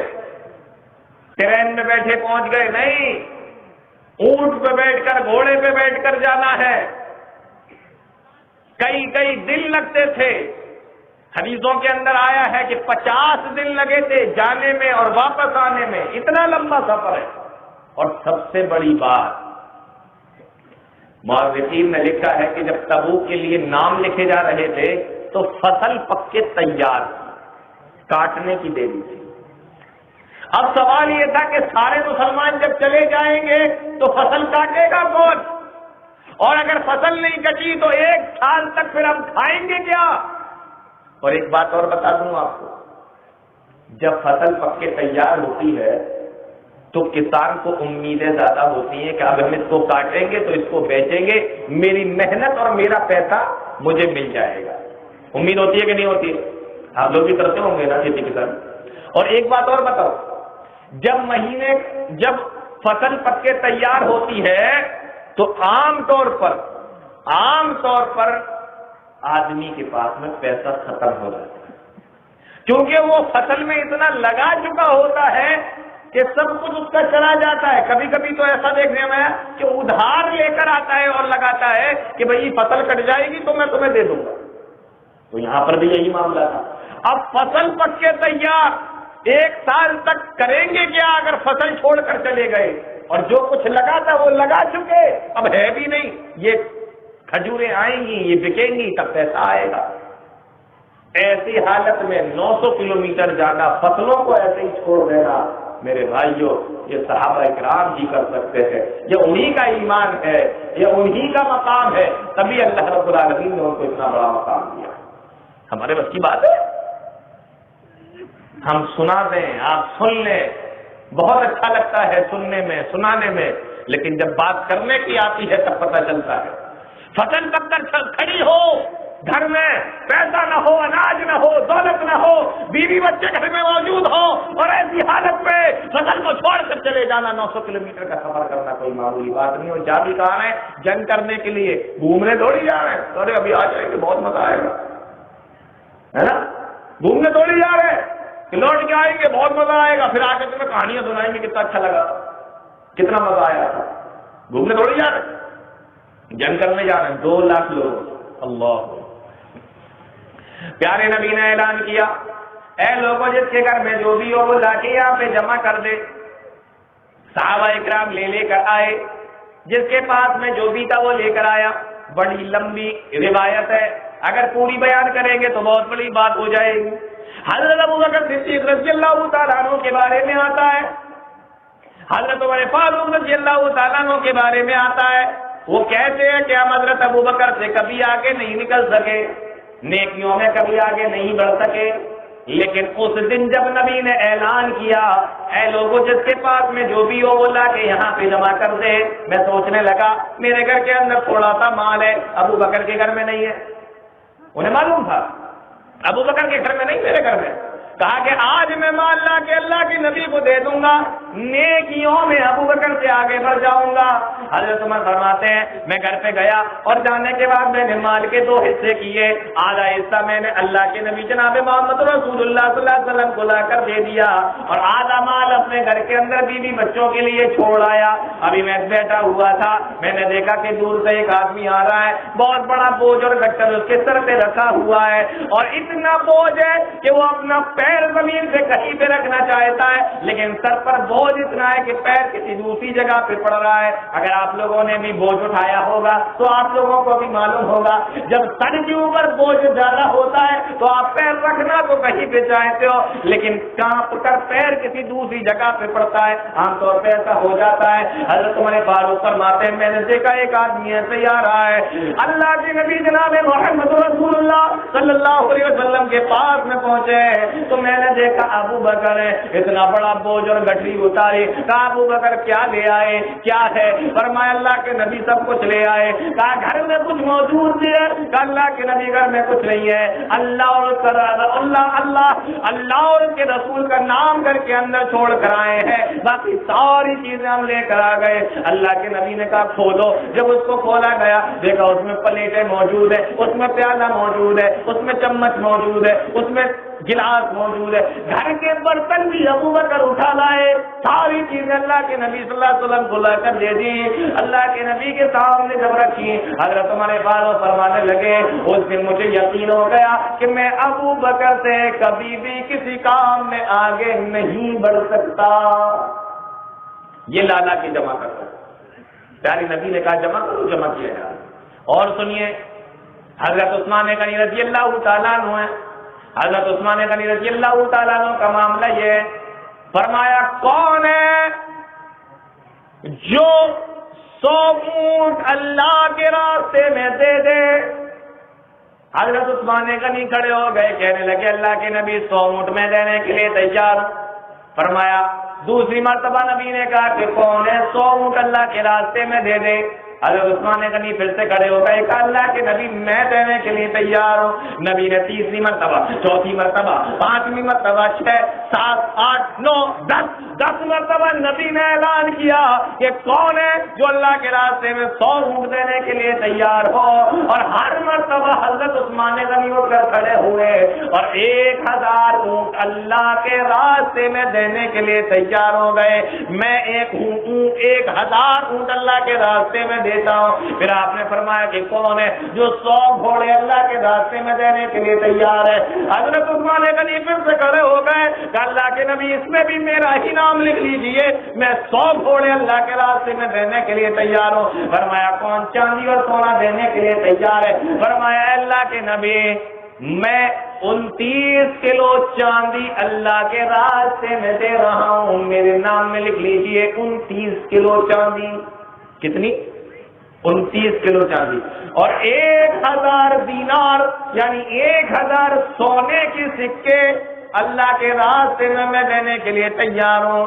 ایک ہی وقت میں کھڑے ہو کر حضرت عثمان غنی نے جب تبوک کے موقع پر 1000 اونٹ، 100 گھوڑے، 1000 دینار اور 29 کلو چاندی اللہ کے راستے میں دے دی، صدقہ و خیرات کر دیا۔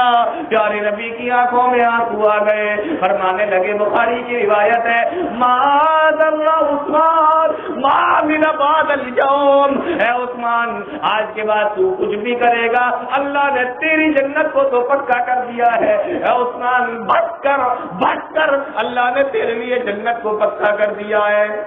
یہ عثمان غنی رضی اللہ تعالیٰ عنہ جیسا اللہ نے دیا ویسا یہ اللہ کے راستے میں لٹا رہے ہیں۔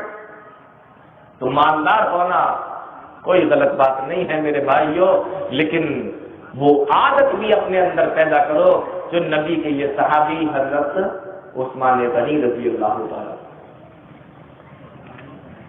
بڑا اللہ کے راستے میں دیا کرتے، اور یہی حضرت عثمان غنی ہے۔ میں آپ کو بتاؤں جب حضرت عمر فاروق رضی اللہ تعالیٰ عنہ کی حکومت تھی نا، بیٹھیے میں بات کو ختم کرتا ہوں، میرے بعد بھی آپ کو ایک تقریر سننا ہے اور وقت بہت زیادہ ہو چکا ہے۔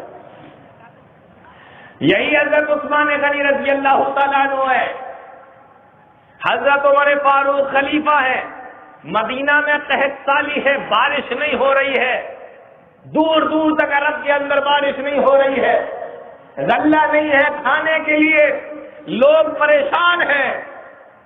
حضرت عثمان غنی رضی اللہ تعالی عنہ معلوم ہوا مدینہ کے لوگوں کو، غور سے سنیے، معلوم ہوا مدینہ کے لوگوں کو کہ 1000 اونٹوں کے اوپر ملک شام سے غلہ آ رہا ہے حضرت عثمان غنی کا۔ پہلے کوئی مال گاڑیاں اور یہ سب تو چلتی نہیں تھی کہ ٹرک پہ لد کے آ رہا ہے، اونٹوں پہ لد کے آیا کرتا تھا، تو 1000 اونٹوں پر غلہ لدا ہوا ہے، ملک شام سے آ رہا ہے، مدینے میں قحط سالی ہے۔ مدینہ کے تاجروں کو معلوم ہوا تو دوڑے دوڑے حضرت عثمان غنی کے پاس میں آئے اور آ کر کہنے لگے عثمان غنی سے کہ آپ کا جو غلہ 1000 اونٹوں پہ لد کے آ رہا ہے، آپ نے اگر وہ 1 لاکھ میں خریدا ہے ملک شام سے، ہم ابھی نقد آپ کو 2 لاکھ دینے کے لیے تیار ہیں، غلہ سارا مجھے دے دیجیے، پھر ہم مدینہ میں بیچیں گے، جس حساب سے بھی بیچیں گے پھر وہ ہماری اپنی مرضی ہے۔ آج کل بھی تو ایسا ہی ہوتا ہے نا، جب کسی چیز کی کمی ہوتی ہے دکاندار ریٹ بڑھا دیتے ہیں تاکہ زیادہ منافع زیادہ فائدہ ہو، تو کہا کہ پھر ہم اپنے حساب سے بیچیں گے، آپ مجھے دے دیجیے۔ حضرت عثمان غنی نے کہا کہ اچھا بس 1 لاکھ کا مال تم 2 لاکھ میں خریدنے کے لیے تیار ہو، اور زیادہ بتاؤ؟ کہا کہ ٹھیک ہے 2 میں نہیں تو 3 میں دے دو۔ کہا اور بتاؤ اتنے کم میں کیسے دے دوں؟ کہا 3 میں نہیں تو 4 میں دے دو۔ کہا نہیں یہ تو کم ہے۔ کہا اس سے زیادہ تو مدینہ میں کوئی آپ کو دے ہی نہیں سکتا۔ حضرت عثمان غنی نے کہا مجھے اس سے زیادہ مل رہے ہیں۔ کہا کہ ٹھیک ہے اگر 4 مل رہے ہیں تو ہم 5 دینے کے لیے تیار ہیں، 1 لاکھ کا مال ہے، 5 لاکھ دینے کے لیے تیار ہیں، آپ ہمیں دے دیجیے۔ کہا 5 لاکھ بس؟ کہا کہ ہاں۔ کہا مجھے اس سے بھی زیادہ مل رہے ہیں۔ تو مدینہ کے تاجر کہنے لگے اس سے زیادہ کوئی تمہیں دے ہی نہیں سکتا، مدینہ کے اندر اس سے زیادہ میں کوئی خرید ہی نہیں سکتا۔ ہم سارے تاجروں کو جانتے ہیں، ہم سارے بزنس مین کو جانتے ہیں، کوئی اس سے زیادہ نہیں لے سکتا، ہم سب کو جانتے ہیں۔ فرمایا کہ میرا اللہ لے رہا ہے اور اس سے زیادہ دے رہا ہے۔ من جاء بالحسنۃ فلہ عشر امثالھا، اللہ نے قرآن میں فرمایا جو میرے راستے میں 1 روپیہ خرچ کرتا ہے ہم اس کو 10 روپے کے برابر ثواب عطا فرماتے ہیں۔ میں 1 لاکھ کا مال اللہ کے راستے میں وقف کرتا ہوں، 1000 اونٹ اللہ کے راستے میں وقف کرتا ہوں، 1000 اونٹوں پر لدا ہوا غلہ اللہ کے راستے میں وقف کرتا ہوں، اللہ 10 کے برابر مجھے عطا فرمائے گا، اللہ 10,000 اونٹوں کے برابر مجھے عطا فرمائے گا۔ جاؤ یہ مدینہ کے اندر تقسیم کر دو۔ عثمان غنی بیچنے کے لیے نہیں، عثمان غنی نے اس کو تقسیم کرنے کے لیے منگایا ہے۔ میرے بھائیوں یہ ہے حضرت عثمان غنی رضی اللہ تعالیٰ عنہ۔ میں کب تک آپ کو بتاؤں، میں کتنا آپ کو بتاؤں، کیا مقام تھا، کیا دل دیا تھا اللہ رب العالمین نے۔ یہ تمام چیزیں جانتے ہو کس لیے ہوتی ہیں؟ یہ صرف اس لیے ہوتی ہیں کہ یہ چیز ہم اپنے اندر پیدا کریں۔ ہم بھی کبھی کر کے دیکھیں، ہمیں اللہ نے جس لائق بنایا ہے ہم ایسا کر کے۔ آئیے میں آپ کو بتاؤں، حضرت ابو بکر نے ان کو اپنا وزیر بنایا تھا، حضرت عمر فاروق نے بھی ان کو اپنا وزیر بنایا تھا، لیکن حضرت ابو بکر نے اپنے انتقال کے وقت میں یہ وصیت لکھوائی تھی کہ میرے بعد میں عمر خلیفہ ہوں گے، لیکن عمر رضی اللہ تعالی عنہ نے یہ وصیت نہیں لکھوائی تھی کہ میرے بعد عثمان خلیفہ ہوں گے، بلکہ حضرت عمر نے یہ فرمایا تھا کہ میرے بعد 6 لوگوں کا نام میں لکھ دے رہا ہوں، ان 6 میں سے جس کو چاہو اپنا بادشاہ بنا لینا۔ اس میں سے ایک طلحہ تھے، ایک زبیر تھے، ایک سعد بن ابی وقاص تھے، ایک عبد الرحمن بن عوف تھے اور ایک حضرت علی تھے، اور 6 حضرت عثمان غنی رضی اللہ تعالیٰ عنہ تھے۔ 3 دن کا ٹائم دیا حضرت عمر فاروق رضی اللہ تعالیٰ عنہ نے اور کہا کہ میرے انتقال کے 3 دن کے بعد تم لوگ خلیفہ اپنا چن لینا، 4تھے دن خلیفہ ہونا چاہیے، 3 دن کا ٹائم دیتے ہیں۔ تو ان 6 لوگوں میں سے ان 6 لوگوں نے آپس میں مشورہ کر کے، جانتے ہو کس کو خلیفہ بنایا تھا؟ کیا نام تھا؟ حضرت عثمان حضرت عثمان غنی رضی اللہ تعالیٰ، ان لوگوں نے 3 دن بیٹھے مشورہ کیا، مدینہ کے لوگوں سے مشورہ کیا، آپس میں مشورہ کیا، اور سب نے مل کر یہ طے کیا کہ نہیں، خلیفہ حضرت عثمان غنی رضی اللہ تعالیٰ عنہ کو ہونا چاہیے، اور سارے لوگوں نے مل کر حضرت عثمان غنی رضی اللہ تعالیٰ عنہ کو خلیفہ بنایا۔ 70 سال کی عمر تھی جس وقت حضرت عثمان غنی رضی اللہ تعالیٰ عنہ خلیفہ ہوئے، اور جانتے ہو 12 سال تک مسلمانوں کے خلیفہ رہے۔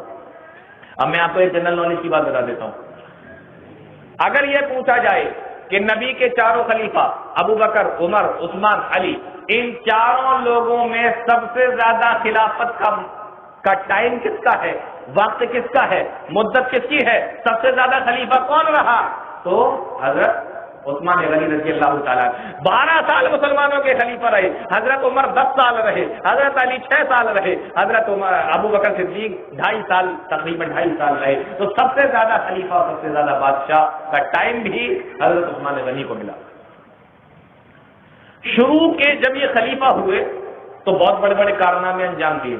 جانتے ہو آج یہ قرآن جو ہمارے پاس میں ہے نا، میں آپ کو 1-2 مثالیں دیتا ہوں صرف۔ آج یہ جو قرآن ہم لوگ پڑھتے ہیں نا، آپ کے گھر کے اندر موجود ہے، ان کے گھر کے اندر موجود ہے، یہاں موجود ہے، وہاں موجود ہے، مسجدوں میں رکھا ہوا ہے، مدرسوں کے اندر ہے، اتنا سارا قرآن، جانتے ہو اس کو کس نے شروع کیا؟ اس کو کس نے شروع کیا؟ حضرت عثمان غنی رضی اللہ تعالیٰ عنہ۔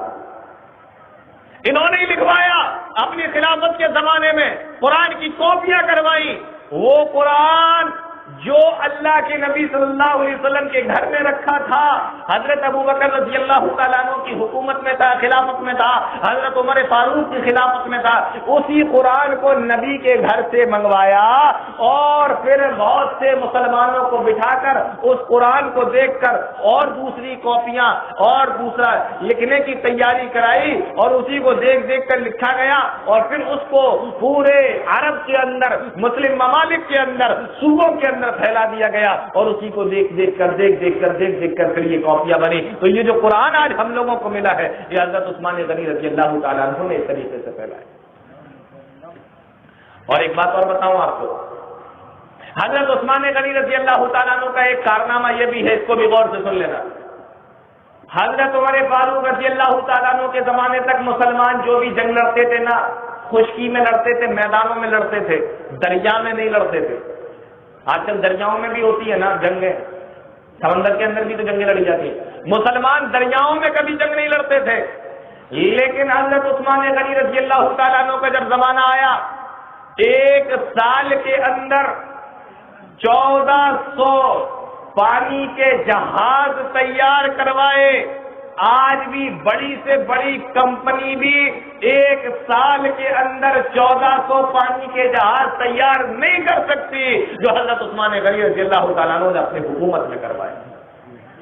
یہ معمولی صحابی نہیں ہے میرے بھائیو، حضرت عثمان غنی رضی اللہ تعالیٰ، یہ کاتب وحی ہے، یہ نبی کے داماد ہیں، 2 بیٹیاں نبی نے ان کو دی ہیں، اللہ کے راستے میں اتنا زیادہ خرچ کرنے والے ہیں، قرآن کو دنیا کے اندر پھیلانے والے یہی عثمان غنی ہے، اور یہی عثمان غنی ہے جنہوں نے سب سے پہلے پانی کے جہاز مسلمانوں کے لیے تیار کروائے۔ اور ایک بات اور بتاتا ہوں، اس کو بھی لکھ لو، نوٹ کر لو، یاد کر لینا، حضرت عمر فاروق رضی اللہ تعالیٰ عنہ کا جب انتقال ہوا تو جانتے ہو مسلم ممالک 22 لاکھ مربع میل میں پھیلے ہوئے تھے۔ کتنے میں؟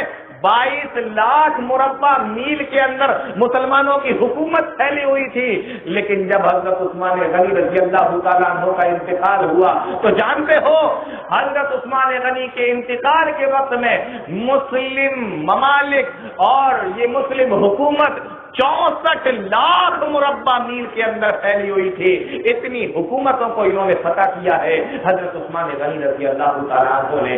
آپ لوگوں نے شاید نہ سنا ہو، 22 لاکھ مربع میل، 22 لاکھ حضرت عمر کے زمانے میں، اور حضرت عثمان غنی کا جب وقت آیا اور ان کے انتقال کا وقت آیا تو حضرت عثمان غنی کے زمانے میں 64 لاکھ، 22 سے بڑھ کر 64 لاکھ مربع میل پر حکومت پھیل چکی تھی مسلمانوں کی حضرت عثمان غنی کے زمانے میں۔ یہ وہ عثمان غنی ہے میرے بھائیوں۔ آئے چلتے چلتے میں 1-2 باتیں اور آپ کو بتا دوں۔ حضرت عثمان غنی رضی اللہ تعالیٰ عنہ نے تقریباً 10 سال اپنی حکومت کے پورے کر لیے تھے، 12 سال ان کی حکومت رہی ہے، خلافت رہی ہے۔ اب میں یہاں ایک بات آپ کو بتاتا ہوں، اس کو بھی غور سے سنیے گا، بڑی غور سے آپ لوگ سن بھی رہے ہیں۔ حضرت عثمان غنی کے 10 سال پورے ہو چکے ہیں خلافت کے۔ یہودی، عیسائی اور دوسرے لوگ دیکھ رہے ہیں کہ مسلمان تو بڑھتے جا رہے ہیں، کمزور نہیں ہو رہے ہیں۔ اس کو غور سے سننا، مسلمان بڑھتے جا رہے ہیں، کمزور نہیں ہو رہے ہیں۔ ان مسلمانوں کو کیسے کمزور کیا جائے، کیسے توڑا جائے؟ تو سنو ان لوگوں نے کیا کیا۔ آج بھی لوگ یہی تو کرتے ہیں نا، آج بھی یہی کرتے ہیں لوگ۔ مسلمانوں کو کمزور کرنے کے لیے، ان کی حکومت کو روکنے کے لیے انہوں نے جب دیکھا کہ ہم مسلمانوں سے سامنے سے جنگ نہیں کر سکتے، تو انہوں نے مسلمانوں کے اندر اختلاف شروع کیا۔ اور ایک یہودی یمن کا رہنے والا جس کا نام عبداللہ ابن سبا تھا، اس نے دعویٰ کیا مسلمان ہونے کا، بڑا بزرگی دکھائی، اور لوگوں کے اندر کچھ ہی دنوں میں مشہور ہو گیا کہ یار وہ یہودی جو مسلمان ہوا ہے عبداللہ بن سبا، بہت بزرگ آدمی ہے، بڑا اللہ والا ہے، بڑا عبادت گزار ہے۔ 1 سال تک اس نے اپنی عبادت کا چرچا کیا۔ غور سے سننا، مسلمانوں میں اختلاف کہاں سے آیا، مسلمان کمزور کہاں سے ہوئے؟ 1 سال تک اس نے اپنی عبادتوں کا چرچا کیا۔ 1 سال کے اندر جب اس کی تھوڑی سی پہچان بن گئی مسلم ممالک کے اندر کہ وہ یہودی ہے، بڑا اللہ والا ہے، عبداللہ ابن سبا اس کا نام ہے، یمن کا رہنے والا ہے، اب اس نے دھیرے دھیرے لوگوں کو بہکانا شروع کیا۔ کہنے لگے ایک بات بتاؤ، وہ کہتا ہے کہ ایک بات بتاؤ کہ حکومت اور خلافت حضرت علی کو ملنا چاہیے تھی، حضرت عثمان کو کیوں مل گئی؟ اب دیکھیے لوگوں کو بہکا رہا ہے، دھیرے دھیرے اختلاف شروع کر رہا ہے۔ حکومت حضرت علی کو ملنا چاہیے، لوگوں نے کہا وہ کیوں؟ کہا کہ حضرت علی اللہ کے نبی کے خاندان کے ہیں اور حضرت عثمان کو بنو امیہ کے خاندان کے ہیں، تو تم لوگوں نے نبی کے خاندان سے حکومت لے کے عثمان کے خاندان کو بنو امیہ کو کیوں دے دی؟ اب بہکانا شروع کیا، اور ایسے کر کر کے اس نے دھیرے دھیرے لوگوں کو بہکایا۔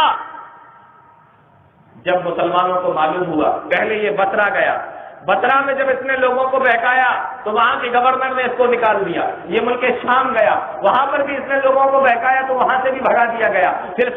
پھر مصر گیا، وہاں پر بھی لوگوں کو بہکایا، وہاں سے بھی نکال دیا گیا۔ پھر کوفہ گیا، کوفہ سے بھی اس کو نکال دیا گیا۔ لیکن جن جن علاقوں میں یہ گھوما تھا وہاں پر اپنے کچھ ایسے لوگوں کو چھوڑ کر آیا جن کی سوچ یہی تھی کہ بات بالکل صحیح کہہ رہا ہے، حکومت اور خلافت تو نبی کے خاندان میں ہونا چاہیے، دوسرے کے پاس کیسے چلی گئی؟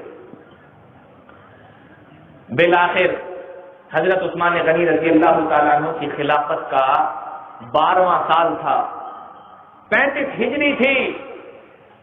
1000 آدمی بصرہ سے نکلے، 1000 کوفہ سے نکلے، 1000 مصر سے نکلے، 3000 لوگ مدینہ آئے اور حضرت عثمان غنی رضی اللہ تعالیٰ عنہ کے پاس پہنچے، مدینہ پہنچے اور مدینہ جا کر مدینہ کو گھیر لیا۔ اور جانتے ہو کب آئے؟ حج کے مہینے میں، ذی قعدہ کے مہینے میں آئے۔ جب ذی قعدہ کے مہینے میں سارے لوگ مدینہ کے حج کرنے گئے تھے تو یہ 3000 لوگوں نے آ کے مدینہ کو گھیر لیا اور حضرت عثمان غنی رضی اللہ تعالیٰ عنہ سے کہا کہ آپ حکومت چھوڑ دیجئے، آپ خلافت چھوڑ دیجئے، آپ بادشاہت چھوڑ دیجئے۔ حضرت عثمان غنی رضی اللہ تعالیٰ عنہ نے مسجد نبوی کے اندر خطبہ دیا اور فرمایا کہ اے لوگوں، یہ خلافت اللہ کی طرف سے پہنائی ہوئی مجھے ایک عزت کی قمیض ہے جو میں اپنے اوپر سے نہیں اتار سکتا۔ تم لوگ زبردستی چھیننا چاہتے ہو لیکن میں پھر بھی نہیں اتار سکتا۔ یہ 3000 لوگ ہیں، مدینہ کو گھیرے ہوئے۔ بالآخر ان لوگوں نے اعلان کر دیا، اے عثمان آج کے بعد تم مسجد نبوی کے اندر خطبہ نہیں دو گے۔ حضرت عثمان نے خطبہ دینا بند کر دیا۔ کچھ دنوں کے بعد انہوں نے کہا ہے عثمان آج کے بعد تم مسجد نبوی کے اندر نماز نہیں پڑھاؤ گے۔ حضرت عثمان غنی نے نماز پڑھانا بند کر دی۔ کچھ دنوں کے بعد ان لوگوں نے کہا اے عثمان آج کے بعد تم مسجد نبوی کے اندر نماز بھی نہیں پڑھ سکتے۔ حضرت عثمان غنی رضی اللہ تعالیٰ عنہ کو مسجد نبوی میں نماز پڑھنے سے بھی منع کر دیا۔ پھر کچھ دنوں کے بعد انہوں نے کہا عثمان تم جو تم اپنے گھر سے نکل کر مدینہ میں جاتے ہو، مدینہ میں چلتے ہو، مدینہ کے اندر پھرتے ہو، مدینہ کے بازار میں جاتے ہو، لوگوں سے ملتے ہو، اے عثمان آج کے بعد تم اپنے گھر سے باہر بھی نہیں نکل سکتے، گھر کے اندر نظر بند کر دیا۔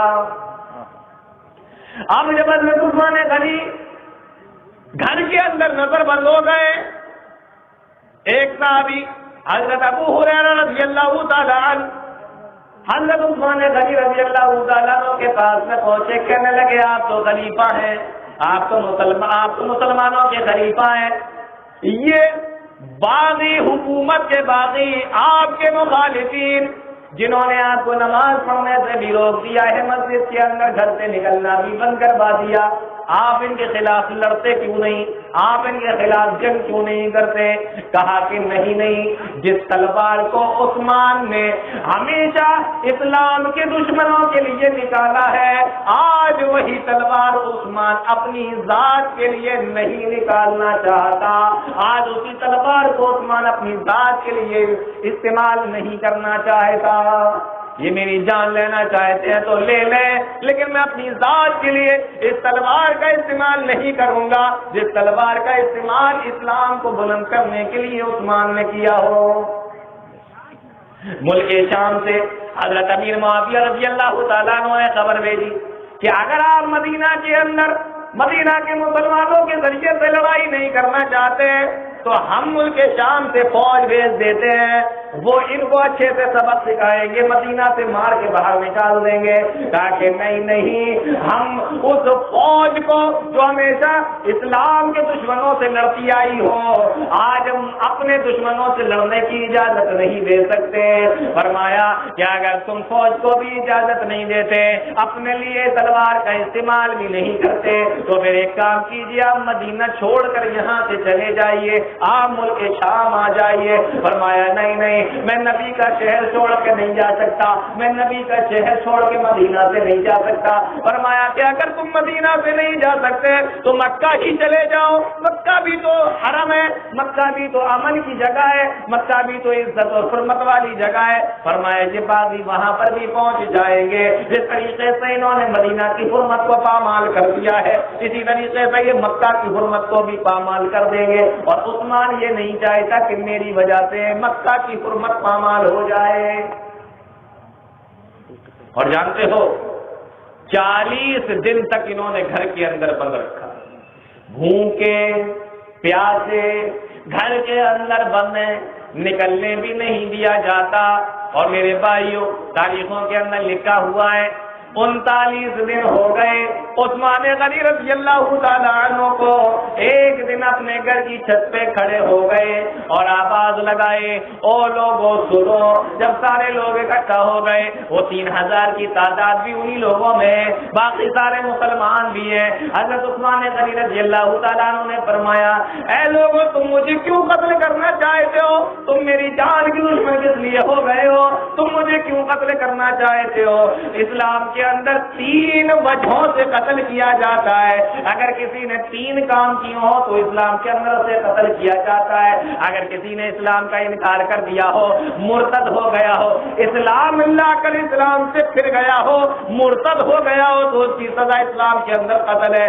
لیکن اے لوگوں، میں مسلمان ہوں، میں اسلام سے پھرا نہیں ہوں، میں گواہی دیتا ہوں اشہد ان لا الہ الا اللہ واشہد ان محمد رسول اللہ۔ اے لوگوں، اسلام کے اندر قتل کی دوسری وجہ یہ ہے کہ اس نے کسی آدمی کو قتل کر دیا ہو۔ اے لوگوں، میں نے ناحق کسی کو آج تک نہیں مارا ہے۔ اور تیسری وجہ یہ ہے کہ اگر وہ شادی شدہ ہو اور اس نے زنا کر لیا ہو تو اس کو مار دیا جاتا ہے۔ اے لوگوں، اللہ جانتا ہے میں نے آج تک کبھی بے حیائی کا ارتکاب نہ کیا، اسلام لانے سے پہلے بھی نہیں کیا، اسلام لانے کے بعد بھی کبھی نہ کیا۔ ارے عثمان تو وہ عثمان ہے جن کے بارے میں اللہ کے نبی نے فرمایا تھا، الا استحی من رجل تستحی منہ الملائکہ۔ اللہ کے نبی اپنے گھر کے اندر موجود ہے، پنڈلی کھلی ہوئی ہے، کپڑا اوپر چڑھا ہوا ہے، ابو بکر آئے، اللہ کے نبی کی پنڈلی کھلی ہوئی ہے، عمر آئے، پنڈلی کھلی ہوئی ہے، عثمان غنی آئے، اللہ کے نبی نے اپنے کپڑے کو نیچے کر لیا، پوچھا اللہ کے نبی آپ نے پیر کیوں ڈھانک لیا؟ فرمایا عثمان آئے ہیں۔ عثمان تو وہ آدمی ہے جن سے اللہ کے فرشتے حیا کرتے ہیں، تو میں ان سے کیوں نہ حیا کروں، میں ان سے کیوں نہ شرم کروں؟ اتنے زیادہ شرم والے، اتنی زیادہ حیا کرنے والے۔ فرمایا کہ میں بے حیائی کا ارتکاب کیسے کر سکتا ہوں، میں زنا کیسے کر سکتا ہوں؟ اے لوگوں کیا تم مجھے جانتے نہیں ہو؟ میں نبی کا صحابی، اے لوگوں میں نبی کا داماد، اللہ کے نبی جناب محمد رسول اللہ صلی اللہ علیہ وسلم نے اپنی بیٹی کا نکاح میرے ساتھ میں کر دیا۔ جب ان کا انتقال ہو گیا تو دوسری بیٹی کا نکاح بھی میرے ساتھ میں کر دیا۔ اے لوگوں میں نے کبھی زنا نہ کیا، میں نے کبھی شراب نہ پی، اور اے لوگوں جس ہاتھ سے میں نے نبی کے ہاتھ پر بیعت کی ہے اللہ جانتا ہے اس ہاتھ کو پھر میں نے کبھی دوبارہ شرمگاہ پہ نہ لگایا، کبھی گندی جگہوں پہ نہ لگایا۔ اے لوگوں تم مجھے قتل کیوں کرنا چاہتے ہو؟ اے لوگوں آج تم نے میرے لیے پانی کو بند کر دیا ہے، آج تم میرے لیے پانی نہیں، میرے لیے مجھے میرے گھر کے اندر پانی نہیں بھیجتے، آج پانی نہیں لانے دیتے، آج تم نے میرے لیے پانی کو بند کر دیا ہے۔ اے لوگوں ذرا بتاؤ، جب مدینہ کے اندر ایک کنواں تھا، میٹھے پانی کا کنواں صرف ایک تھا، اور پیارے نبی نے فرمایا تھا کہ کون ہے تم میں سے جو اللہ کے لیے اس کنویں کو خرید کر وقف کر دے؟ اے لوگوں بتاؤ وہ میٹھے پانی کا کنواں کس نے خرید کر دیا تھا؟ سارے لوگ بول پڑے اے عثمان تم نے۔ فرمایا آج تم نے اسی کنویں کا پانی میرے اوپر بند کر دیا ہے۔ فرمایا اے لوگوں آج تم مجھے مسجد کے اندر نماز پڑھنے نہیں دیتے، ذرا یہ بتاؤ جب مسجد کے اندر جگہ کم پڑ رہی تھی اور پیارے نبی نے فرمایا تھا کہ کون ہے تم میں سے جو مسجد کے لیے جگہ خرید کر دے، تو بتاؤ تم میں سے اے لوگوں کس نے وہ جگہ خرید کر دی تھی؟ فرمایا اے عثمان تم نے وہ جگہ خرید کر دی تھی۔ فرمایا آج تم اسی مسجد میں مجھے نماز پڑھنے جانے نہیں دیتے۔ فرمایا اے لوگوں تم کس وجہ سے مجھے قتل کرنا چاہتے ہو؟ تم یہ کہتے ہو کہ میں اپنے خاندان سے محبت کرتا ہوں۔ اے لوگوں بتاؤ کیا اسلام کے اندر اپنے خاندان سے محبت کرنا گناہ ہے؟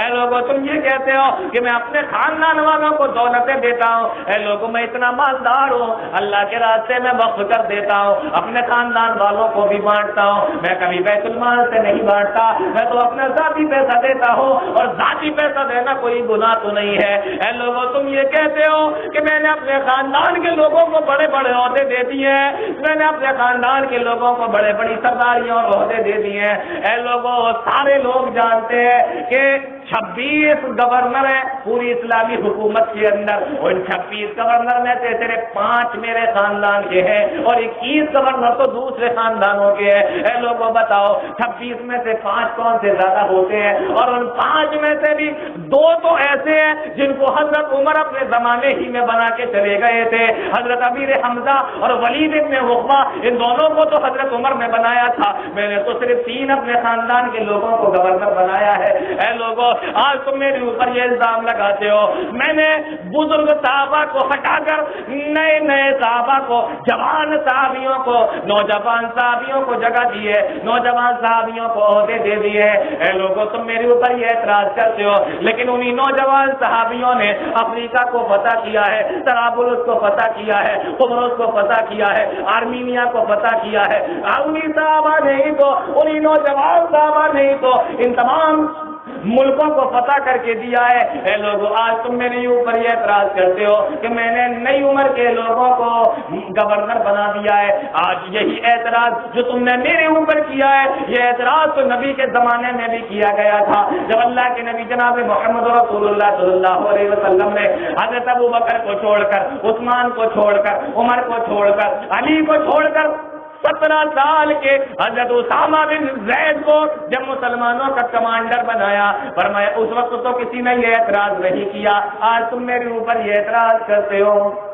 اے لوگوں میں ہر جمعے کو ایک غلام آزاد کرتا ہوں، اور جس جمعے کو میں غلام آزاد نہ کر پاؤں دوسرے جمعے کو 2 غلام آزاد کرتا ہوں۔ اے لوگوں ایک وقت تھا جب میرے پاس میں اتنی دولت تھی، میرے پاس میں اتنے جانور تھے کہ مدینہ کے بازار، مدینہ کی گلیاں میرے جانوروں سے، میدان جانوروں سے بھر جایا کرتے تھے۔ آج میرے پاس میں صرف 2 اونٹنیاں بچی ہیں، اور وہ 2 اونٹنیاں بھی میں نے اسی لیے رکھی ہیں تاکہ میں ان پہ بیٹھ کے حج کرنے کے لیے جا سکوں۔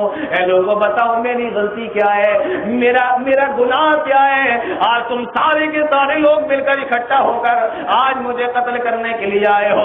40 دن سے تم نے میرا کھانا اور پانی بند کر دیا ہے۔ مورخین نے لکھا ہے حضرت عثمان غنی نے جب یہ خطبہ دیا، حضرت عثمان غنی کے خطبے کو سن کر لوگ چیخے مار مار کر اور دہاڑے مار مار کر رونے لگے، لیکن وہ 3000 باغیوں کے اوپر کوئی اثر نہ ہوا، لوگ وہاں سے چلے گئے۔ عثمان عثمان غنی اپنی چھت سے نیچے اتر آئے. آج 40واں دن ہے, بغیر سحری کا روزہ رکھا ہوا ہے, گھر کے اندر بیٹھے ہیں اور قرآن کریم کی تلاوت کر رہے ہیں. قرآن کریم کی تلاوت ہو رہی ہے. بیوی نائلہ آئی, کہنے لگی ہے میرے شوہر ہے, میرے سردار, آج بھی گھر میں کھانے کے لیے کچھ نہیں ہے. فرمایا کوئی بات نہیں ہے, میں نے بغیر سحری کا روزہ رکھا ہے, بغیر افطاری کے افطار بھی ہو جائے گا. فرمایا ابھی قرآن کریم کی تلاوت کر رہے ہیں, سوتے سوتے آنکھ لگ گئی. دیکھا اللہ کے نبی خواب کے اندر آئے, ابو بکر بھی خواب کے اندر آئے اور حضرت عمر فاروق بھی خواب کے اندر آئے. کہا اے عثمان, آج کا افطار تم میرے ساتھ میں کرنا, آج کا کھانا شام کا تم میرے ساتھ میں کھانا. فرمایا بیوی آج مجھے ایسا لگتا ہے کہ میرے چل چلاؤ کا وقت آ گیا ہے. آج ایسا لگتا ہے کہ آسمان سے میرے پاس میں ملک الموت آ ہی جائے گا, موت کا فرشتہ آج مجھ سے ملے گا. ابھی یہ باتیں ہوئی تھی, عثمان غنی نے تلاوت شروع کر دی. 40واں دن ہے, 5 باغی, وہی 3000 فوجی, 3000 باغی, ان میں سے 5 لوگ حضرت عثمان غنی رضی اللہ تعالیٰ عنہ کی دیوار پھاند کے گھر کے اندر کود کے داخل ہو گئے. اور اس کے بعد یہ 5 آئے. بیوی نائلہ چلائی, اے عثمان اب تو یہ مکان کے اندر بھی آ گئے ہیں. حضرت عثمان غنی رضی اللہ تعالیٰ عنہ نے قرآن کریم کے اوپر سے اپنی نظر کو نہ ہٹایا, قرآن کی تلاوت کرتے رہے. ایک باغی آیا, اس نے داڑھی کو پکڑا اور جھٹکا لگایا, لیکن نگاہ کو حضرت عثمان نے قرآن سے نہ ہٹایا. دوسرے نے کندھا پکڑ کر پیچھے کی طرف موڑا. تیسرے نے لوہے کی راڈ حضرت عثمان غنی رضی اللہ تعالیٰ عنہ کے سر پہ ماری. اور چوتھے نے پیچھے سے نیزے کے ساتھ, بھالوں کے ساتھ میں حملہ کیا. اور اس کے بعد 5ویں نے تلوار نکالی, اور تلوار نکال کر جب حضرت عثمان غنی رضی اللہ تعالیٰ عنہ کے اوپر وار کیا, بیوی نائلہ دوڑی دوڑی آئی اور انہوں نے بچانے کے لیے اپنے ہاتھ کو آگے بڑھایا. 4 انگلیاں کٹ کر بیوی کی زمین پہ گر گئی. اور اس کے بعد اس نے پھر سے تلوار سے وار کیا. مورخین نے لکھا ہے 9 بار تلوار سے حضرت عثمان غنی رضی اللہ تعالیٰ عنہ کے اوپر کیے, اور آخری بار گردن کے اوپر کیا. گردن کے اوپر جب وار کیا تو گردن سے خون نکلا. سامنے قرآن رکھا ہوا تھا, قرآن کریم کے اوپر وہ خون جا کے پڑا, اور جس جگہ پہ وہ خون گرا, اللہ کی قسم اٹھا کر دیکھو قرآن کریم کی وہ آیت لکھا ہوا تھا, فَسَيَكْفِيكَهُمُ اللَّهُ, اللہ ان لوگوں کے لیے کافی ہے. فَسَيَكْفِيكَهُمُ اللَّهُ, اللہ ان لوگوں کے لیے کافی ہے. گردن کٹ رہی ہے, یہی الفاظ منہ سے بھی نکل رہے ہیں, اور یہی آیت کے اوپر حضرت عثمان غنی کا خون بھی گرا, اور حضرت عثمان غنی رضی اللہ تعالیٰ عنہ اس طریقے سے شہید کر دیے گئے. یہ حضرت عثمان غنی رضی اللہ تعالیٰ عنہ ہے, اتنی فضیلت والا, اتنے بڑے مقام و مرتبے والا صحابی, جن کی فضیلت کے تعلق سے میں نے چند باتیں صرف آپ لوگوں کے سامنے رکھی ہیں. 12 سال کی خلافت کے بعد 82 سال کی عمر میں حضرت عثمان غنی رضی اللہ تعالیٰ عنہ کو شہید کر دیا گیا. انا للہ و انا الیہ راجعون. غور کرنے کی بات ہے, یہی وہ حضرت عثمان غنی ہے. قبر کے اندر ان کو رکھا جا رہا ہے, اللہ اکبر, غور کیجئے, قبر کے اندر رکھا جا رہا ہے. علماء جانتے ہیں یہی وہ عثمان غنی ہے. جب قبر کے پاس سے نکلتے تھے تو بہت رویا کرتے تھے, داڑھی بھیگ جایا کرتی تھی. لوگوں نے پوچھا اے عثمان, جب جہنم کا ذکر تمہارے سامنے کیا جاتا ہے تم اتنا نہیں روتے جتنا تم قبر کی عذاب کی باتیں سن کر روتے ہو. فرمایا یہ قبر انسان کی آخرت کی پہلی منزل ہے, اگر یہ پار ہو گئی تو ساری منزلیں پار ہو جائیں گی, اس لیے میں اتنا روتا ہوں. وہی عثمان جو قبر کی باتوں کو سن کر سب سے زیادہ رویا کرتا تھا, آج اسی عثمان کو قبر کے اندر رکھا جا رہا ہے. قبر کے اندر رکھ دیا گیا, جنت البقیع کے اندر دفن کر دیا گیا. 82 سال کی عمر میں 12 سال کی خلافت کے بعد حضرت عثمان غنی رضی اللہ تعالیٰ عنہ شہید ہو گئے, ان کا انتقال ہو گیا. لیکن وہ تلوار جو اسلام کو طاقت پہنچانے کے لیے نکالی تھی, اس کو اپنی ذات کے لیے انہوں نے استعمال نہیں کیا. جان دینا گوارا کر لیا, لیکن اپنی ذات کے لیے اس تلوار کا استعمال کرنا گوارا نہ کیا. اب ایک آخری بات بتا کے بات ختم کرتا ہوں, میرا وقت بھی ختم ہو گیا ہے. محمد ابن سیرین رحمۃ اللہ علیہ کے حوالے سے ایک بات آتی ہے، اس کو غور سے سن لیجیے. فضیلتیں تو بہت ہیں حدیثوں کے اندر. لکھا ہے کہ محمد ابن سیرین رحمۃ اللہ علیہ ایک مرتبہ خانہ کعبہ کا طواف کر رہے تھے. ابن عساکر کے حوالے سے یہ بات ہے کہ محمد ابن سیرین رحمۃ اللہ علیہ ایک مرتبہ خانہ کعبہ کا طواف کر رہے تھے. غور سے سنیے گا. دیکھا کہ ایک آدمی ملتزم سے خانہ کعبہ کے پردے سے چمٹا ہوا ہے اور رو رہا ہے اور اللہ سے دعا کر رہا ہے، اے اللہ مجھے معاف کر دے، اے اللہ مجھے معاف کر دے. پھر کہتا ہے کہ اے اللہ مجھے معلوم ہے تو مجھے معاف نہیں کرے گا. محمد ابن سیرین کہتے ہیں مجھے بڑا تعجب ہوا، اللہ کا گھر خانہ کعبہ اور یہ بندہ غلاف سے چمٹا ہوا ہے اور اللہ سے کہہ رہا ہے، ایسی جگہ پہ کھڑے ہو کے غلاف سے چمٹ کے کہہ رہا ہے اے اللہ مجھے معاف کر دے، اے اللہ مجھے معاف کر دے، اور کہہ رہا ہے کہ اے اللہ مجھے معلوم ہے تو مجھے معاف نہیں کرے گا. تو کہنے لگے میں نے اس سے پوچھا کہ تو ایسی بات کیوں کہہ رہا ہے کہ مجھے معلوم ہے، مجھے یقین ہے اللہ تو معاف نہیں کرے گا. جانتے ہو اس نے جواب دیا کہ میں رو اس لیے رہا ہوں، میں روزانہ ایسے ہی روتا ہوں، روزانہ ایسے ہی مغفرت کی دعا کرتا ہوں، لیکن میرا دل کہتا ہے کہ مجھے معاف نہیں کیا جائے گا. کہا وجہ کیا ہے؟ کہا وجہ یہ ہے کہ میں نے حضرت عثمان غنی رضی اللہ تعالیٰ عنہ کے تھپڑ مارا، میں نے تھپڑ مارا تھا عثمان غنی رضی اللہ تعالیٰ. مجھے یقین ہے کہ اللہ مجھے معاف نہیں کرے گا.